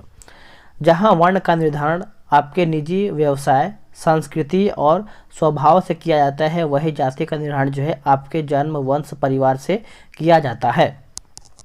जाति की परिणाम जो है आपका परिमाण असंभव मानते हुए अनेक विद्वानों ने उसकी विशेषताओं का उल्लेख करना उत्तम क्षमता जाति की दृष्टि से हिंदू समाज की 6 विशेषता हैं। इसमें से हम पढ़ते हैं, जैसे जातीय समूहों द्वारा समाज का खंडों में विभाजन, जातीय समूहों के बीच ऊंच नीच का प्रायः निश्चित तारतम्य हो जाएगा, खान पान और सामाजिक व्यवहार संबंधित प्रतिबंध, नागरिक जीवन तथा धर्म के विषय में विभिन्न समूहों की अनर्हताएं तथा विशेषाधिकार, पेशे के चुनाव में पूर्ण स्वतंत्रता का अभाव हो जाएगा, विवाह अपनी जाति के अंदर करने का नियम, ये सब होता है। आगे क्या है, बोला कि एलर्जेन की प्रति सबसे प्रचुर मात्रा में बंधने वाला आपका प्रतिरक्षियाँ पूछ रहा है। उत्तर हो जाएगा ऑप्शन नंबर ए, सही याद रखेंगे। देखिए बात करेंगे हम, एंटीबॉडी एक तरह से अनुकूलक प्रतिरक्षा प्रणाली का हिस्सा होता है जो सिखाती है कि किसी खास तरह के रोगाणु की पहचान कैसे करनी है और उसे खत्म कैसे करना है।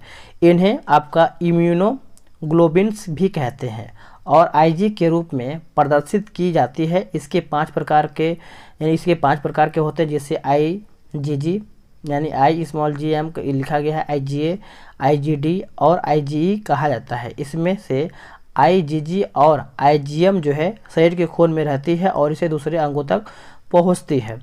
एंटीबॉडी हमारे शरीर में खास सफ़ेद रक्त कोशिकाओं से जुड़ी होती है जिसे हम बी टाइप कोशिका कहते हैं। आगे है कोशिका द्रव्य, क्लोरोप्लास्ट एवं माइटोकॉन्ड्रिया के राइबोसोम्स क्रमशः पूछ रहा है, तो आंसर हमारा यहाँ पे ऑप्शन नंबर बी हो जाएगा। देखिए कोशिका द्रव्य, यह कोशिका में केंद्रक एवं कोशिका झिल्ली के बीच रहता है। हरित लवक की बात करते हैं तो यह हरा रंग का होता है। नेक्स्ट है कि भारत में फ्यूचर इंजीनियरिंग प्रोग्राम किसके द्वारा शुरू किया गया है। उत्तर हो जाएगा ऑप्शन नंबर बी, अमेजॉन जो है इसका सही उत्तर हो जाएगा।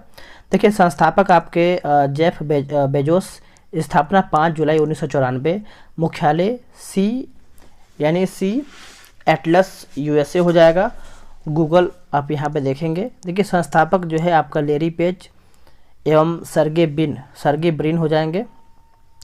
स्थापना जो है गूगल की पूछ रहा है तो 4 सितंबर 1998, मुख्यालय माउंट व्यू कैलिफोर्निया। विप्रो जो है हमारा दिया गया है, संस्थापक अजीम प्रेमजी, स्थापना 29 दिसंबर 1945, मुख्यालय जो है इसका बेंगलुरु है। टीसीएस टाटा कंसल्टेंसी सर्विसेज, संस्थापक फकीर चंद कोहली, स्थापना जो है 1 अप्रैल 1968, मुख्यालय जो है इसका मुंबई है। 42वें संविधान संशोधन अधिनियम ने कुछ विषय राज्य सूची से समवर्ती सूची में डाल दिए। इनमें से कौन से नीचे गलत उल्लिखित है, देखेंगे। उत्तर हो जाएगा हमारा शिक्षा, पक्षियों का संरक्षण, टी है ना, माफ़ कीजिएगा, वन स्थानीय सरकार, ये हमारा यहाँ पे गलत हो जाएगा। अब इसको समझते हैं अच्छी तरीके से। देखिए इस संशोधन के तहत 7वीं अनुसूची के अंतर्गत समवर्ती सूची में राज्य सूची में 5 विषय शामिल किया गया, जिसमें शिक्षा, वन, वजन और माप, वन्य जीवों एवं पक्षियों का संरक्षण, न्याय प्रशासन, इसका उत्तर हो जाएगा। आगे है कि 42वां संविधान संशोधन को लघु संविधान के रूप में जाना जाता है तथा इसने स्वर्ण सिंह समिति की सिफारिशों को प्रभावी बनाया है। प्रस्तावना में 3 शब्द समाजवादी, पंथ निरपेक्ष और अखंडता शब्द जो है जोड़े गए हैं। 42वां संविधान संशोधन नीति निर्देशक तत्वों में अनुच्छेद 39 के क, 43 का क तथा 48 का क जो है शामिल किया गया है। नया भाग 4 क जोड़ा गया है जिसमें नागरिकों के लिए 100 मौलिक कर्तव्य जोड़े गए हैं। 11वां मौलिक कर्तव्य 86वें संविधान संशोधन अधिनियम 2002 द्वारा जोड़ा गया है।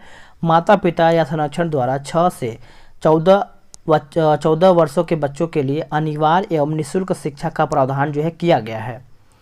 अनुच्छेद 74(1) में संशोधन किया गया है जिसके अनुसार कैबिनेट की सलाह मानने के लिए राष्ट्रपति को बाध्य किया गया। इसे 44वां संविधान संशोधन द्वारा यह प्रावधान किया गया है कि राष्ट्रपति एक बार पुनर्विचार के लिए सलाह हेतु वापस भेज सकते हैं, किंतु पुनर्विचार के पश्चात ही दी गई राय राष्ट्रपति के लिए बाध्यकारी होगी।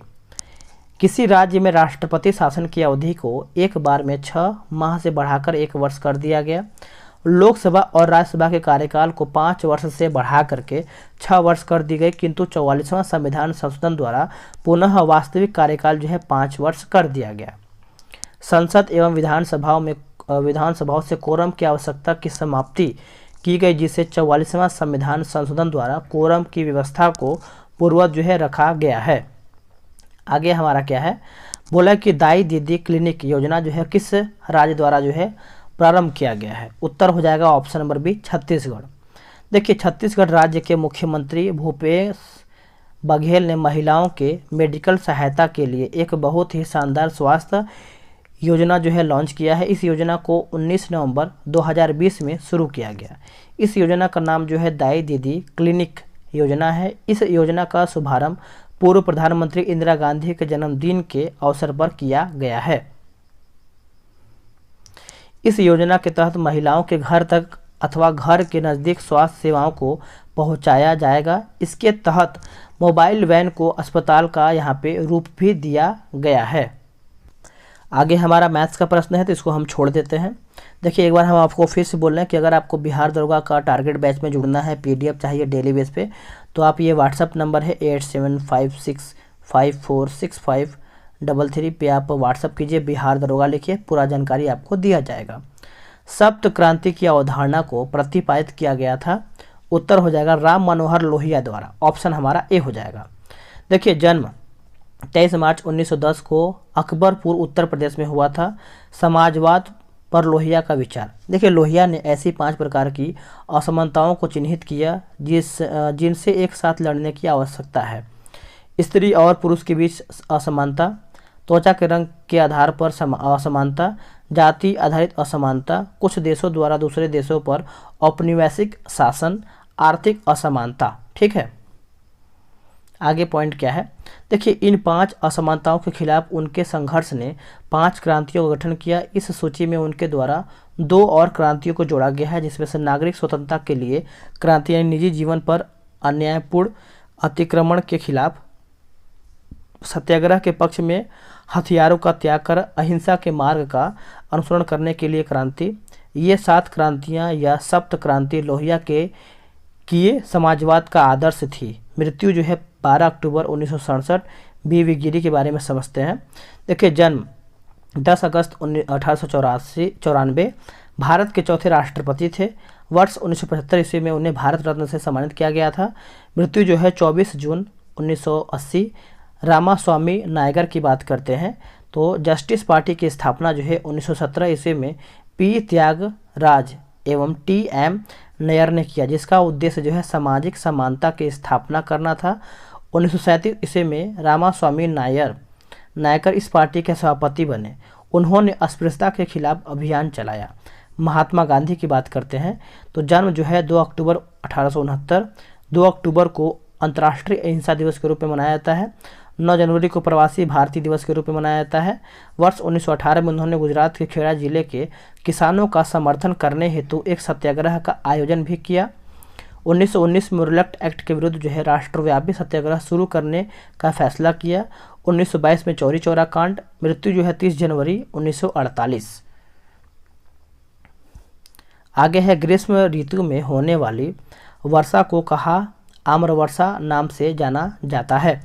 उत्तर हो जाएगा ऑप्शन नंबर बी, केरल में। देखिए, आम्रवर्षा आम की फसल के लिए काफ़ी उपयोगी है। संपूर्ण दक्षिण पूर्वी एशिया तथा भारत में अप्रैल तथा मई माह में जो मानसून पूर्व वर्षा होती है उन्हें हम या फिर उसे हम आम्रवर्षा कहते हैं। यह वर्षा केरल तथा पश्चिम के तटीय मैदानी भागों में होता है। राजस्थान में शीत ऋतु में होने वाली वर्षा को मावट कहते हैं। ग्रीष्म ऋतु में चलने वाली आर्द्र हवाएं जो हैं पूर्वी भारत में नार्वेस्टर एवं बंगाल में काल वैसाखी के नाम से भी जाना जाता है। आगे है कि छोटे उपग्रहों को प्रक्षेपित करने के लिए देश का स्पेसपोर्ट विकसित किया जा रहा है। जो राज्य है पूछ रहा है ये कौन सा राज्य है, तो इसका ऑप्शन हम देख लेते हैं। उत्तर हमारा हो जाएगा ऑप्शन नंबर बी, छोटे उपग्रहों को प्रक्षेपित करने के लिए देश का स्पेसपोर्ट विकसित किया जा रहा है, जो तमिलनाडु राज्य में स्थित है। भारतीय अंतरिक्ष अनुसंधान संगठन इसरो तमिलनाडु के जो कि तूतुकुडी जिले में एक नया उपग्रह प्रक्षेपण केंद्र जो है स्थापित करेगा। इंडियन स्पेस रिसर्च ऑर्गेनाइजेशन 15 अगस्त इसका स्थापना 1969, मुख्यालय बेंगलुरु कर्नाटक। अध्यक्ष रॉकेट वैज्ञानिक डॉक्टर एस सोमनाथ। आगे गंगेकोंड जलपूरम का निर्माणकर्ता कौन है? उत्तर हमारा हो जाएगा राजेंद्र प्रथम, ऑप्शन नंबर डी। देखिए संस्थापक विजयालय 850 से 887, राजधानी तंजौर या तंजावुर था।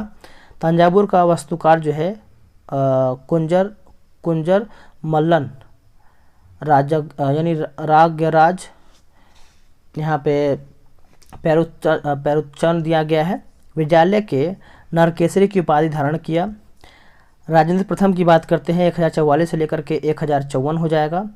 चोल साम्राज्य का सर्वाधिक विस्तार राजेंद्र प्रथम के शासन काल में हुआ। बंगाल के पाल शासक महिपाल को पराजित करने के बाद राजेंद्र प्रथम ने गंगेकोंड चोल की उपाधि धारण की और नवीन राजधानी जो है गंगेकोंड चोलपुरम के निकट चोल गंगम नामक विशाल तालाब का यहाँ पे निर्माण करवाया। शैव संत जो कि ईशान शिव पंडित राजेंद्र प्रथम के गुरु थे। राजराम प्रथम जो है 985 से लेकर के 1014 ईस्वी। राज प्रथम श्रीलंका के विजित प्रदेशों को चोल साम्राज्य का एक नया प्रांत जो कि मुमडी चोल मंडलम बनाया और चोलनरुवा को इसकी राजधानी बनाया। राजेंद्र प्रथम शैव धर्म का अनुयायी भी था। इसने तंजौर के राजराजेश्वर का शिव मंदिर बनाया। कोलुंतुंग प्रथम 1070 से लेकर के 1120 तमिल कवियों में जयंगदर प्रसिद्ध कवि था जो कुलोंगतुंग प्रथम का राजकवि था। इसकी रचना जो है आपका कलिंगतु पर्णी है। मैथ्स का है, इसको छोड़ते हैं। आगे है कि नाभिकीय रिएक्टर का वह अवयव अभिक्रिया को नियंत्रित करता है। उत्तर क्या हो जाएगा दोस्तों? इसका उत्तर जो है हमारा यहाँ पे सी हो जाएगा। यह आपका नाभिकीय रिएक्टर की अभिक्रिया को नियंत्रित करता है। परमाणु भट्टी पढ़ते हैं इसको अच्छे तरीके से। देखिए यह एक ऐसी युक्ति है जिसमें यूरेनियम का नियंत्रित विखंडन करा करके विद्युत उत्पन्न की जाती है। इसे हम परमाणु भट्टी या नाभिकीय रिएक्टर कहते हैं। प्रथम नाभिकीय रिएक्टर वैज्ञानिक एनरिको फर्मी के निर्देश में 1942 में शिकागो विश्वविद्यालय में बनाया गया। इसके 3 भाग होते हैं जिसमें से नाभिकीय ईंधन के रूप में यूरेनियम 235 या प्लूटोनियम 239 का प्रयोग किया जाता है। मंदक की बात करते हैं तो रिएक्टर में मंदक के रूप में भारी जल या ग्रेफाइट का प्रयोग किया जाता है। यह न्यूट्रॉन की गति को धीमा करता है। नियंत्रण छड़ की बात करते हैं तो इसके लिए कैडमियम या बोरॉन की छड़ का उपयोग किया जाता है। विखंडन के दौरान 3 नए न्यूट्रॉनों में से 2 को अवशोषित कर लेता है। उपयोग की अगर हम बात करते हैं तो इससे प्राप्त नाभिकीय ऊर्जा से विद्युत ऊर्जा प्राप्त किया जा सकता है। रिएक्टर में अनेक प्रकार के समस्थानिक उत्पन्न किया जा सकता है जिसका उपयोग चिकित्सा, विज्ञान, कृषि आदि में किया जा सकता है। याद रखेंगे। चलिए आगे है कि वेबर के अनुसार निम्न में से कौन सा पारंपरिक सत्ता का स्रोत है? उत्तर हो जाएगा नौकरशाही, ऑप्शन नंबर सी। देखिए जन्म 21 अप्रैल 1864 में पश्चिमी जर्मनी में हुआ। मैक्स वेबर एकमात्र ऐसे विचारक हैं जिन्होंने नौकरशाही लोकतंत्र का आदर्श जो है प्रतिरूप माना है। मैक्स वेबर ने सन 1920 में अपनी पुस्तक सामाजिक और आर्थिक संगठन का सिद्धांत में अपने नौकरशाही से संबंधित सिद्धांत को प्रस्तुत भी किया था। मैक्स वेबर ने समाजशास्त्र को विज्ञान बनाने में महत्वपूर्ण योगदान दिया और इसलिए समाजशास्त्र का प्रतिस्थापक जनक जो है कहा जाता है इन्हीं को। किंग्सले डेविस ने मैक्स वेबर को आधुनिक समाजशास्त्र की केंद्रीय अध्ययन माना है। सामाजिक क्रिया के विषय में सर्वप्रथम अल्फ्रेड मार्शल ने विचार व्यक्त किए। उन्होंने गतिविधि की अवधारणा को जो है प्रतिपादित किया है। आगे हमारा प्रश्न है कि भारत की संसदीय प्रणाली में शून्यकाल का आशय क्या है? उत्तर हो जाएगा प्रश्नकाल और कार्यसूची की अगली मध्य के बीच का समय जब सदस्य अध्यक्ष की अनुसूची के बिना कोई विषय उठाते हैं। देखिए संसद के दोनों सदनों में प्रश्नकाल के ठीक बाद के समय को शून्यकाल कहा जाता है। यह 12 बजे प्रारंभ होता है और 1 बजे दिन तक चलता है। शून्यकाल का लोकसभा या राज्यसभा की प्रतिक्रिया यानी प्रक्रिया तथा संचालन नियम में कोई उल्लेख नहीं है। यह काल अर्थात 12 बजे से 1 बजे तक के समय को शून्यकाल का नाम जो है समाचार पत्रों द्वारा जो है दिया जाता है। इस काल के दौरान सदस्य जो है अविलंबित महत्व के मामलों को उठाते हैं तथा उस पर तुरंत कार्यवाही चाहते हैं। वर्तमान में शून्यकाल 1 बजे से 2 बजे तक चलता है। भारत में शून्यकाल की शुरुआत जो है 1962 से हुआ है। आगे है पूरा का अर्थ क्या है। उत्तर हो जाएगा provision of urban amenities to rural areas जो है इसका फुल फॉर्म होता है। देखिए इसमें आप यही सब नॉर्मल दिया गया है, फुल फॉर्म ही दिया गया है। आगे है कि इम्पैक्ट एक इंडेक्ट है जिसका पूरा विश्लेषण किससे है। उत्तर हो जाएगा प्रवासी मजदूर से है, प्रवासी मजदूर। ये करंट का है तो इसको हम ज़्यादा डील नहीं करेंगे क्योंकि आप देख पा रहे होंगे छोटा सा दिया गया है इसका डिस्कशन, जो बड़ा बड़ा है उसको करने में और अच्छा होता है। जैसे फिलिप स्प्रेट नामक अंग्रेज को डैश। उत्तर हो जाएगा मेरठ षड्यंत्र केस में, आंसर हमारा यहाँ पे ए हो जाएगा। अब इसको समझते हैं। देखिए फिलिप स्प्रेट नामक अंग्रेज मेरठ षड्यंत्र केस में शामिल थे। मेरठ षड्यंत्र केस जो है 1929 से 33। मेरठ षड्यंत्र मामला एक विवादास्पद अदालत का मामला था। देखिए मार्च 1929 में ब्रिटिश सरकार ने 31 श्रमिक नेताओं को बंदी बना लिया तथा मेरठ लाकर उन पर मुकदमा चलाया। इनमें 3 ब्रिटिश साम्यवादी लिज स्प्रेड, बेन ब्रैडले तथा लेस्टर हचिनसन भी थे। लाहौर षड्यंत्र केस 1929। अब इसको समझते हैं। देखिए भगत सिंह के नेतृत्व में पंजाब के क्रांतिकारियों ने 17 दिसंबर 1928 ईस्वी को लाहौर के तत्कालिक सहायक पुलिस कप्तान सैंडर्स को गोली मार दी। इसे लाहौर षड्यंत्र के नाम से भी जाना जाता है। लाहौर षड्यंत्र केस के तहत क्या है कि भगत सिंह और बटुकेश्वर दत्त के साथ HSRA के अन्य सदस्य भी इसमें मुकदमा चलाया गया। जेल में बंद क्रांतिकारियों ने राजनीतिक कैदी का दर्जा प्राप्त करने के लिए भूख हड़ताल भी किया। भूख हड़ताल पर बैठे जतिन दास की 64 दिन के बाद जो है मृत्यु हो गई। भगत सिंह, सुखदेव तथा राजगुरु इन पर क्या है मुकदमा चलाकर फांसी की सजा जो है सुनाई गई। 23 मार्च 1931 को भगत सिंह, सुखदेव तथा राजगुरु को फांसी दे दी गई। चटगांव शस्त्रागार कांड। देखिए बंगाल में सूर्यसेन जो गांधी जी की असहयोग आंदोलन के सक्रिय नेता थे ने इंडियन रिपब्लिकन आर्मी की स्थापना भी किया। चटगांव जो कि बंगाल का एक बंदरगाह क्षेत्र था, सूर्यसेन वहां राष्ट्रीय विद्यालय में शिक्षक के रूप में जो है कार्यरत थे। सूर्यसेन ने रिपब्लिकन आर्मी के सदस्यों के साथ जो है मिलकर के 18 अप्रैल 1930 को चटगांव शस्त्रागार पर हमला कर दिया। 16 फरवरी 1933 को सूर्यसेन को गिरफ्तार कर लिया गया और उन पर मुकदमा चलाकर अंततः 12 जनवरी 1934 ईस्वी को फांसी पर लटका दिया गया। फिखाजी रुस्तम कामा को भारतीय क्रांति की मां कहा जाता है। कानपुर षड्यंत्र केस के बारे में देखते हैं।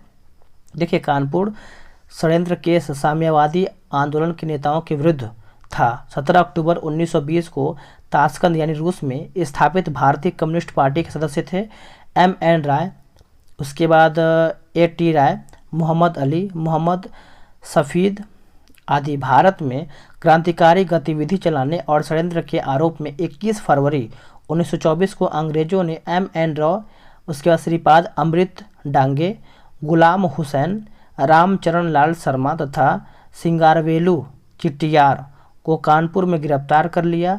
अंतिम रूप से मुकदमा नलिनी गुप्ता, मुजफ्फरपुर, अहमद उस्मानी और डांगे पर चलाया गया और चारों को 4 साल की जो है सजा मिली। कानपुर षड्यंत्र केस के बाद सत्यभक्त ने 1 सितंबर 1924 को भारत में साम्यवादी दल की जो है स्थापना भी किया। आगे है कि नामदफा नेशनल पार्क जो है किस राज्य में स्थित है। तो नामदफा दोस्तों आप सभी को पता ही होगा, आंसर हमारा यहाँ पे क्या हो जाएगा, ऑप्शन हमारा यहाँ पे सी हो जाएगा, अरुणाचल प्रदेश। देखिए मानस राष्ट्रीय उद्यान काजीरंगा राष्ट्रीय उद्यान असम में, पेरियार वन्यजीव अभ्यारण्य जो है आपका यहाँ पे केरल में है। भितरकनिका की अगर हम बात कर लेते हैं दोस्तों तो यह हमारा उड़ीसा में है। केबुल लामजाओ राष्ट्रीय उद्यान आपको यहाँ पे मणिपुर में देखने को मिलता है। हाल ही में किस राज्य में भारत के सर्वोच्च ऊंचाई वाले हर्बल पार्क का उद्घाटन किया गया है। उत्तर हो जाएगा हमारा ऑप्शन नंबर सी, उत्तराखंड। देखिए इसमें करंट जो है बहुत पुराना दिया गया है तो कोई मतलब नहीं, लेकिन थोड़ा बहुत पढ़ लेते हैं। जैसे देश का सबसे ऊंचा हर्बल गार्डन उत्तराखंड में बद्रीनाथ धाम के निकट माना गांव के पास माना वन पंचायत की 4 एकड़ भूमि में विकसित किया गया है। इस हर्बल गार्डन में उच्च हिमालयी क्षेत्र में पाई जाने वाली 40 से अधिक दुर्लभ जड़ी बूटियां, आयुर्वेदिक महत्व की प्रजातियों तथा अल्पाइन प्रजातियों को संरक्षित किया गया है। पहला वर्ग, इस वर्ग में वो प्रजातियां होंगी जो भगवान विष्णु से संबंधित है, जैसे बद्री, तुलसी, बद्री वृक्ष, भोजपत्र आदि। दूसरा वर्ग जो है, इस वर्ग में अष्टवर्ता प्रजातियां मिलेंगी। अष्टवर्ग का अर्थ है 8 जड़ी बूटियां का समूह जो हिमालय क्षेत्र में पाया जाता है, जैसे सिद्धि, वृद्धि, काकोली, मैदा, जीवक आदि। तीसरा वर्ग जो है, इस वर्ग में ससुरिया प्रजाति होती है, जैसे ब्राह्म कमल, कूट, नीलकमल और फेम कमल होता है। चौथा वर्ग जो है, इस वर्ग में मिश्रित अल्पाइन प्रजातियां होती हैं, जैसे अतीस, वनकडीर, ये सब आपको यहाँ पे देखने को मिलता है। आगे क्या है कि निम्नलिखित में से किस देश ने हाल ही में जिरकॉन हाइपरसोनिक मिसाइल का पनडुब्बी से टेस्ट फायर किया है? उत्तर हो जाएगा हमारा ऑप्शन नंबर बी, रूस इसका सही उत्तर हो जाएगा। ये करंट का है, इसको हम छोड़ देते हैं, ठीक है। बोल रहा है निम्नलिखित में से समूह का उदाहरण कौन सा है? उत्तर हो जाएगा परिवार के सदस्य, ऑप्शन नंबर डी। अब इसको समझते हैं। देखिए, प्रत्येक मनुष्य एक लक्ष्य की प्राप्ति के लिए संघर्ष करता है। लक्ष्य जितना अधिक स्पष्ट होता है, समूह के सदस्यों में परस्पर अंतःक्रिया और सहयोग उतना ही अधिक होती है। समूह की एक रचना होती है और लोग सोचते हैं कि वे समूह का एक अंग है और उनमें अपनेपन की अनुभूति जो है होती है। भौतिक स्तर पर किसी उद्देश्य के लिए सामूहिकता को समूह कर सकते हैं। दरोगा की तैयारी करने वाले विद्यार्थियों का एक समूह होता है। बैंक अधिकारियों की एक समिति एक समूह है। फुटबॉल खेलने वाले की एक टीम समूह है, आदि आदि। इन सारे समूहों का अस्तित्व केवल भौतिक स्तर पर ही होता है और ये सीधा आमने सामने की परस्पर अंतःक्रिया करते हैं। वे लोग जिसमें कतिपय समान विशेषताएं होती हैं, वे सभी समूह बनाते हैं। उदाहरण के लिए एक कक्षा के सभी सिख विद्यार्थी एक समूह कहे जा सकते हैं। सामान्य रूप से समूह दो प्रकार के होते हैं, प्राथमिक समूह और गौण समूह। प्राथमिक समूह में विशेषकर निरंतर निकट का और प्रत्यक्ष निसाहचर्य और सहयोग मिलता है। प्राथमिक समूह का सबसे अच्छा उदाहरण जो है परिवार है, जहाँ परस्पर निकटता और प्रत्यक्ष अंतःक्रिया देखी जा सकती है। आगे है गौण समूह। देखिए, यह विशेष रुचि समूह होता है। उदाहरण के लिए इन समूहों की सदस्य जो है ऐच्छिक होती है। कोई किसी व्यावसायिक समूह का सदस्य हो सकता है। ऐसे डॉक्टर, इंजीनियर, शिक्षक, कलाकार आदि लोग अपनी प्रतिष्ठा, मैत्री आदि मनोवैज्ञानिक आवश्यकताओं की पूर्ति के लिए गौण समूह का सदस्य बनते हैं। जब उनकी आवश्यकताएं पूरी हो जाती है तो वे गौण समूह के बारे में अपनी धारणा जो है बदल भी सकते हैं। अकेला व्यक्ति निर्णय लेने फिर से पढ़ते हैं। बोल रहा है कि अकेला व्यक्ति निर्णय लेते समय कम जोखिम लेता है। दूसरी ओर एक समूह में रहने पर यह दिखाई पड़ता है कि व्यक्ति अधिक जोखिम लेने को तत्पर हो जाता है। यह पूरा समूह व्यक्ति की अपेक्षा अधिक जोखिम लेता है। आगे है आपका बोला है कि NIN निसार इसरो तथा डैश का संयुक्त प्रोजेक्ट है। इसका उत्तर हम देख लेते हैं। देखिए, निसार के बारे में अगर पूछे तो उत्तर हमारे यहाँ पे सी हो जाएगा। यानी निसार यह नासा, इसरो तथा यहाँ पे सार का संक्षिप्त नाम है। कार्य यह अपने 3 वर्षीय मिशन के दौरान हर 12 दिनों में पृथ्वी की सतह का चक्कर लगा करके पृथ्वी की सतह, बर्फ की चादर, समुद्री बर्फ के दृश्यों का चित्रण करेगा। भारत आकार में उत्तर हो जाएगा विश्व में 7वां सबसे बड़ा देश है भारत। देखिए, इसमें आपका यहाँ पे सभी दिया गया है, 10 दिया गया। जैसे हमारा पहले पर रूस हो जाएगा, दूसरा कनाडा, तीसरा संयुक्त राज्य अमेरिका, चौथा चीन, 5वां ब्राज़ील, 6वां ऑस्ट्रेलिया, 6वां हमारा भारत है। फिर उसके बाद 8वां अर्जेंटीना, 9वां कजाकिस्तान, 10वां हमारा अल्जीरिया हो जाएगा। 7वीं पंचवर्षीय योजना के अंतर्गत अपनाई गई विकास व्यूहरचना थी। उत्तर हो जाएगा हमारा कृषिगत विकास उन्मुख समृद्धि, औद्योगिक विकास उन्मुख समृद्धि, सेवा क्षेत्र विकास जो है उन्मुख समृद्धि, यानी सभी हो जाएगा। देखिए, 7वीं पंचवर्षीय योजना जो है 1985 से 90 के बीच में था। यह योजना जो है जॉन डब्ल्यू मिलर मॉडल पर आधारित है। उसका मुख्य उद्देश्य दिया गया है सबका यहाँ पर समग्र रूप से उत्पादकता को बढ़ाना तथा रोजगार के अधिक अवसर जुटाना, साम्य एवं न्याय पर आधारित सामाजिक प्रणाली की स्थापना, तीसरा है सामाजिक एवं आर्थिक असमानताओं को प्रभावी रूप से कम करना, चौथा है देशी तकनीकी विकास के लिए सुदृढ़ तैयार करना था। भोजन काम और उत्पादन का नारा इसी योजना में दिया गया था। इसी योजना में जवाहर रोजगार योजना जैसी महत्वपूर्ण रोजगार परक कार्यक्रम प्रारंभ किया गया था। इस योजना में सकल घरेलू उत्पाद में 5% वार्षिक वृद्धि दर का लक्ष्य रखा गया था, जबकि वास्तविक वृद्धि दर जो है 6.02% वार्षिक रही। अंततः यह जो है सफल योजना था। योजना में प्रति व्यक्ति आय 3.6% प्रति वर्ष की दर से वृद्धि भी हुआ है। आगे है 80 नंबर, बोला कि 15वीं EAS शिखर सम्मेलन की अध्यक्षता जो है किस देश के प्रधानमंत्री ने किया है। उत्तर हमारा हो जाएगा वियतनाम। ऑप्शन हमारा यहाँ पे बी सही उत्तर हो जाएगा। देखिए यह शिखर सम्मेलन की जो अध्यक्षता है वियतनाम के प्रधानमंत्री गुमेन जुआन फुक ने किया। वियतनाम वर्ष जो है 2020 के लिए आसियान का अध्यक्ष भी है। पेले का संबंध जो है किस खेल से है, इसका उत्तर हमारा हो जाएगा ऑप्शन नंबर बी फुटबॉल से है, याद रखेंगे। देखिए पूरा नाम जो है आपका एडसन ओरांटिस डो नेसिमेंटो, जन्म जो है 23 अक्टूबर 1940, मृत्यु जो है 29 दिसंबर 2022, देश जो है ब्राज़ील हो जाएगा। कर्क रेखा किन किन राज्यों से होकर गुजरता है, सभी को पता है, गुजरात, झारखंड, त्रिपुरा। ऑप्शन हमारा सी हो जाएगा। देखिए कर्क रेखा भारत के 8 राज्यों से होकर गुजरता है, मिजोरम, त्रिपुरा, पश्चिम बंगाल, राजस्थान, गुजरात, मध्य प्रदेश, छत्तीसगढ़, झारखंड, सभी को पता होगा। और भूमध्य रेखा के उत्तर में 23.5 डिग्री अक्षांश को कर्क रेखा कहते हैं। रांची कर्क रेखा पर स्थित शहर है। आगे है वाटरमैन ऑफ इंडिया कहलाता है क्या, यानी कौन, ये राजेंद्र सिंह कहलाते हैं। आंसर हमारा यहाँ पे भी हो जाएगा। देखिए चिपको आंदोलन 1973 के प्रणेता थे। यह एक अहिंसक आंदोलन था जो वर्ष 1973 में उत्तर प्रदेश के चमोली जिले यानी अब उत्तराखंड में शुरू हुआ था। इस आंदोलन का नाम जो है चिपको वृक्षों के आलिंगन के कारण जो है पड़ा, क्योंकि आंदोलन के दौरान जो है ग्रामीणों द्वारा पेड़ों को गले लगाया तथा वृक्षों को काटने से बचाने के लिए उनके चारों ओर जो है मानवीय घेरा यहाँ पे बनाया गया था। इसके अलावा इन्हें चिपको का नारा यानी पारिस्थितिकीय स्थायी अर्थव्यवस्था है गढ़ने के लिए जाना जाता है। तरुण भारत संघ नामक गैर सरकारी संगठन के चेयरमैन राजेंद्र सिंह का लोकप्रिय नाम भारत के जल पुरुष है। कौन सा मंत्रालय जो है खेल पुरस्कार के सम्मान से जुड़ा हुआ है, तो विश्वविद्यालय अनुदान आयोग। थोड़ा सा इसमें ब्लर हो गया है, इसको हम छोड़ देते हैं, करंट का प्रश्न है। आगे है कि उत्पादन संभावना परिधि के अंतर्गत स्थित बिंदु कौन सा है। उत्तर हमारा हो जाएगा साक्ष्य होता है पर कुशल नहीं, ऑप्शन नंबर ए।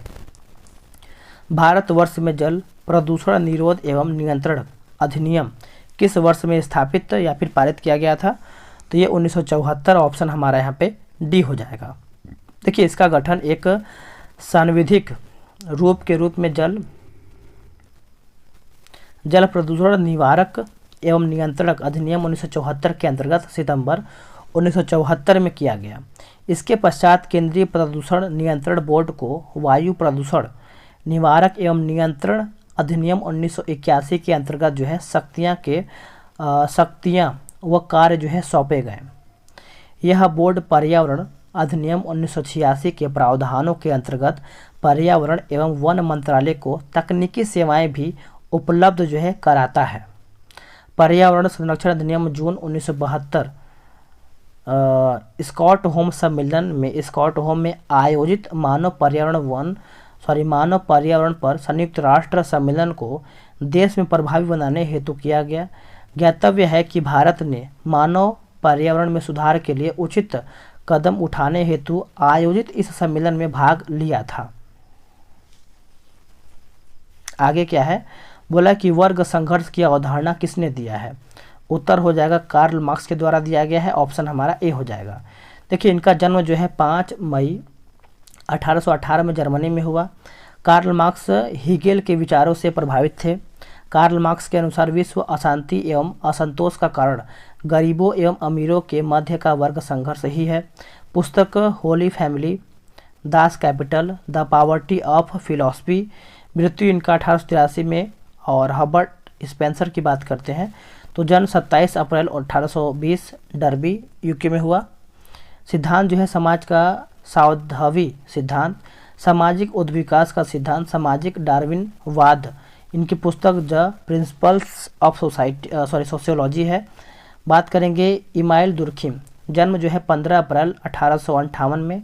प्रमुख रचना जैसे समाज में श्रम विभाजन, समाजशास्त्र की पद्धति के नियम, आत्महत्या, धार्मिक जीवन के आरंभिक स्वरूप, शिक्षा तथा समाजशास्त्र, तथा दर्शन शास्त्र, शिक्षा नीति, फ्रांस में शिक्षा शास्त्र का उद्विकास आदि, ये सब याद रखेंगे। समाज शास्त्र में योगदान जैसे समाजशास्त्र में वैज्ञानिक विधि का प्रयोग, समाजशास्त्र की अध्ययन वस्तु का निर्धारण, अपराध की नई व्याख्या, श्रम विभाजन का सिद्धांत आदि। मृत्यु जो है 15 नवंबर 1917 मैक्स वेबर। देखिए जन्म की बात करते हैं 12 अप्रैल 1864 जर्मनी में। रचनाएं जो है आपका the Protestant ethic and the spirit of capitalism 1905 में, religion of India 1916, the religion of China 1916, the Hindu social system 1950, नौकरशाही सिद्धांत वेबर का सिद्धांत है। मृत्यु जो है 14 जून 1920। इतना आप डिस्कशन याद रखेंगे, मैथ का छोड़ देते हैं। आगे है कटी जली एवं कच्ची सतहों पर कौन से सूक्ष्मजीवी जो है पनपते हैं। आज पूरा डिस्कशन देखेंगे, बस पूरा देखिएगा।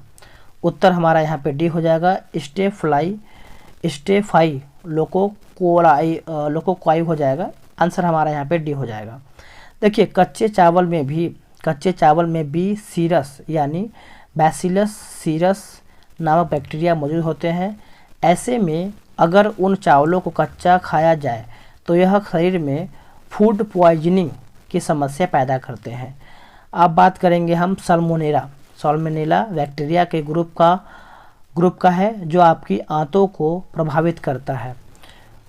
क्लोस्ट्रीडियम जो कि बैटुलिनम एक जीवाणु होता है, याद रखेंगे। चलिए नेक्स्ट क्वेश्चन है कि भारत के केंद्रीय सत्कर्ता आयोग का मुख्य कार्य पूछ रहा है। उत्तर हो जाएगा लोक सेवकों के विरुद्ध मामलों की जांच पड़ताल करना। ऑप्शन हमारा यहाँ पे डी हो जाएगा। देखिए स्थापना जो है फरवरी 1964 में।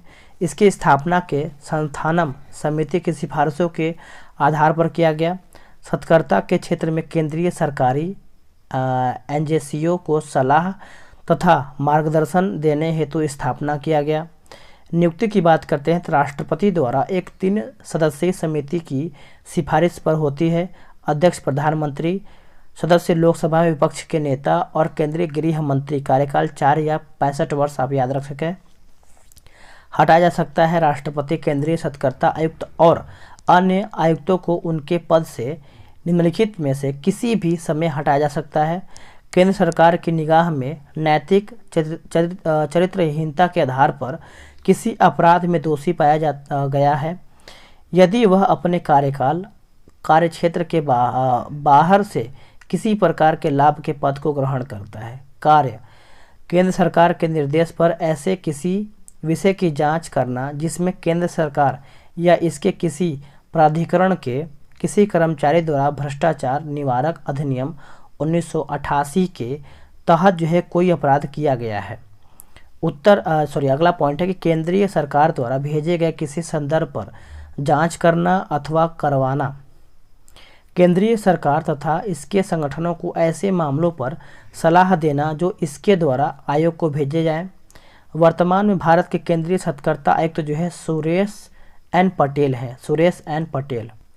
आगे हमारा प्रश्न है कि अर्थशास्त्र को जिस अध्ययन के रूप में श्रेष्ठतया परिभाषित किया जाता है वह आपका कौन सा है, तो किस प्रकार समाज अपने सीमित साधनों का प्रबंधन करे। ऑप्शन हमारा यहाँ पे सी सही हो जाएगा। देखिए अर्थशास्त्र के जनक एडम स्मिथ को माना जाता है। इनकी पुस्तक द वेल्थ ऑफ नेशन आपका 1776 में हुआ। जब आयोडीन घोल की कुछ बूंदों को चावल के पानी में मिलाया जाता है तो घोल नीला काला हो जाता है। यह इंगित करता है कि चावल के पानी में शामिल है। उत्तर हमारा हो जाएगा ऑप्शन नंबर सी, स्टार्च यानी मंड जो है इसका सही उत्तर हो जाएगा। देखिए वसा ग्लिसरॉल एवं वसीय अम्ल एक एस्टर होता है।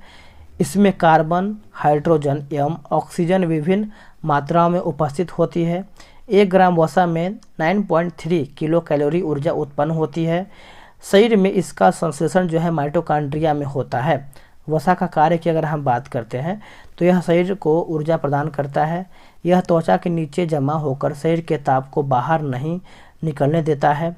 यह शरीर के विभिन्न अंगों को चोटों से बचाती है। प्रोटीन की अगर हम बात करते हैं तो प्रोटीन शब्द सर्वप्रथम जो है प्रयोग जे बर्जीलियस ने किया था। यह जटिल कार्बनिक यौगिक है जो 20 अमीनो अम्ल से मिलकर के बने होते हैं। प्रोटीन के प्रकार की अगर हम बात करते हैं तो सरल प्रोटीन वे प्रोटीन जो केवल अमीनो अम्ल के बने होते हैं सरल प्रोटीन कहलाते हैं। उदाहरण जो है आपका एल्ब्यूमिन्स और ग्लोब्यूलिन्स, हिस्टोन आदि। देखिए संयोगी प्रोटीन वे प्रोटीन जिनमें अणुओं के साथ समूह भी जुड़े रहते हैं आपका संयुग्मी प्रोटीन कहलाते हैं। उदाहरण जो है आपका क्रोमोप्रोटीन, ग्लाइकोप्रोटीन आदि। व्युत्पन्न प्रोटीन वे प्रोटीन जो प्राकृतिक प्रोटीन के जलीय अपघटन से बनते हैं व्युत्पन्न प्रोटीन कहलाते हैं। उदाहरण जो है हमारा आपका ओटियंस, पेप्टोन और पेप्टाइड भी इसमें होता है। आगे है कि तेल की पतली फिल्म से परिवर्तित श्वेत प्रकाश में रंग जो है दिखाई देने का कारण क्या है। उत्तर हमारा व्यक्तिकरण हो जाएगा ऑप्शन नंबर बी। आगे है कि कौन सा क्षेत्र जो है सम्यक पोर्टल से संबंधित है। उत्तर हमारा हो जाएगा ऑप्शन नंबर ए, शिक्षा से। याद रखेंगे शिक्षा। आमने सामने की अंतःक्रिया के संदर्भ में व्यवहार के अध्ययन को डैश कहते हैं, तो इसको हम सूक्ष्म समाजशास्त्र कहते हैं। आंसर हमारा यहाँ पे बी सही उत्तर हो जाएगा। इसको समझ लेते हैं थोड़ा सा। देखिए समाजशास्त्र के बारे में ये दिया गया, इसका ये इस तरीके से तीर है। एक सेकेंड।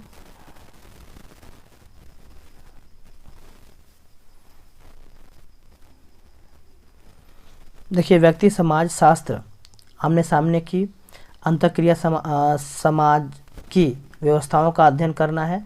समष्टि समाजशास्त्र बड़े समूहों, संगठनों तथा सामाजिक व्यवस्थाओं का अध्ययन करना है।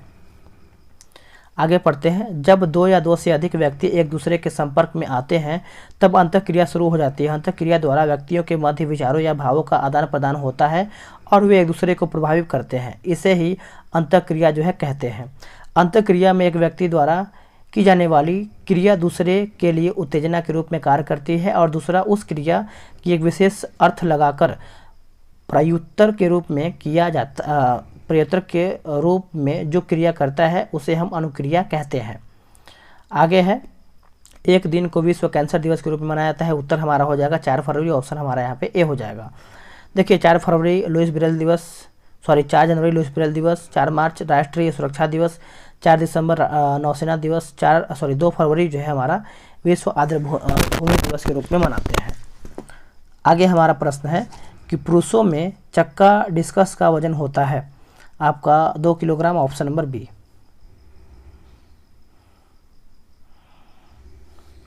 2001 की जनगणना के अनुसार भारत की जनसंख्या थी। उत्तर हो जाएगा 1029 मिलियन। ऑप्शन हमारा डी हो जाएगा। अब इसको समझते हैं। देखिए 2001 जनगणना के अनुसार भारत की जनसंख्या 1027 मिलियन या 102.7 करोड़ था, जिसमें 742 मिलियन ग्रामीण क्षेत्रों में और 285 मिलियन शहरी क्षेत्रों में रहते थे। 2001 को भारत की जनसंख्या 1 अरब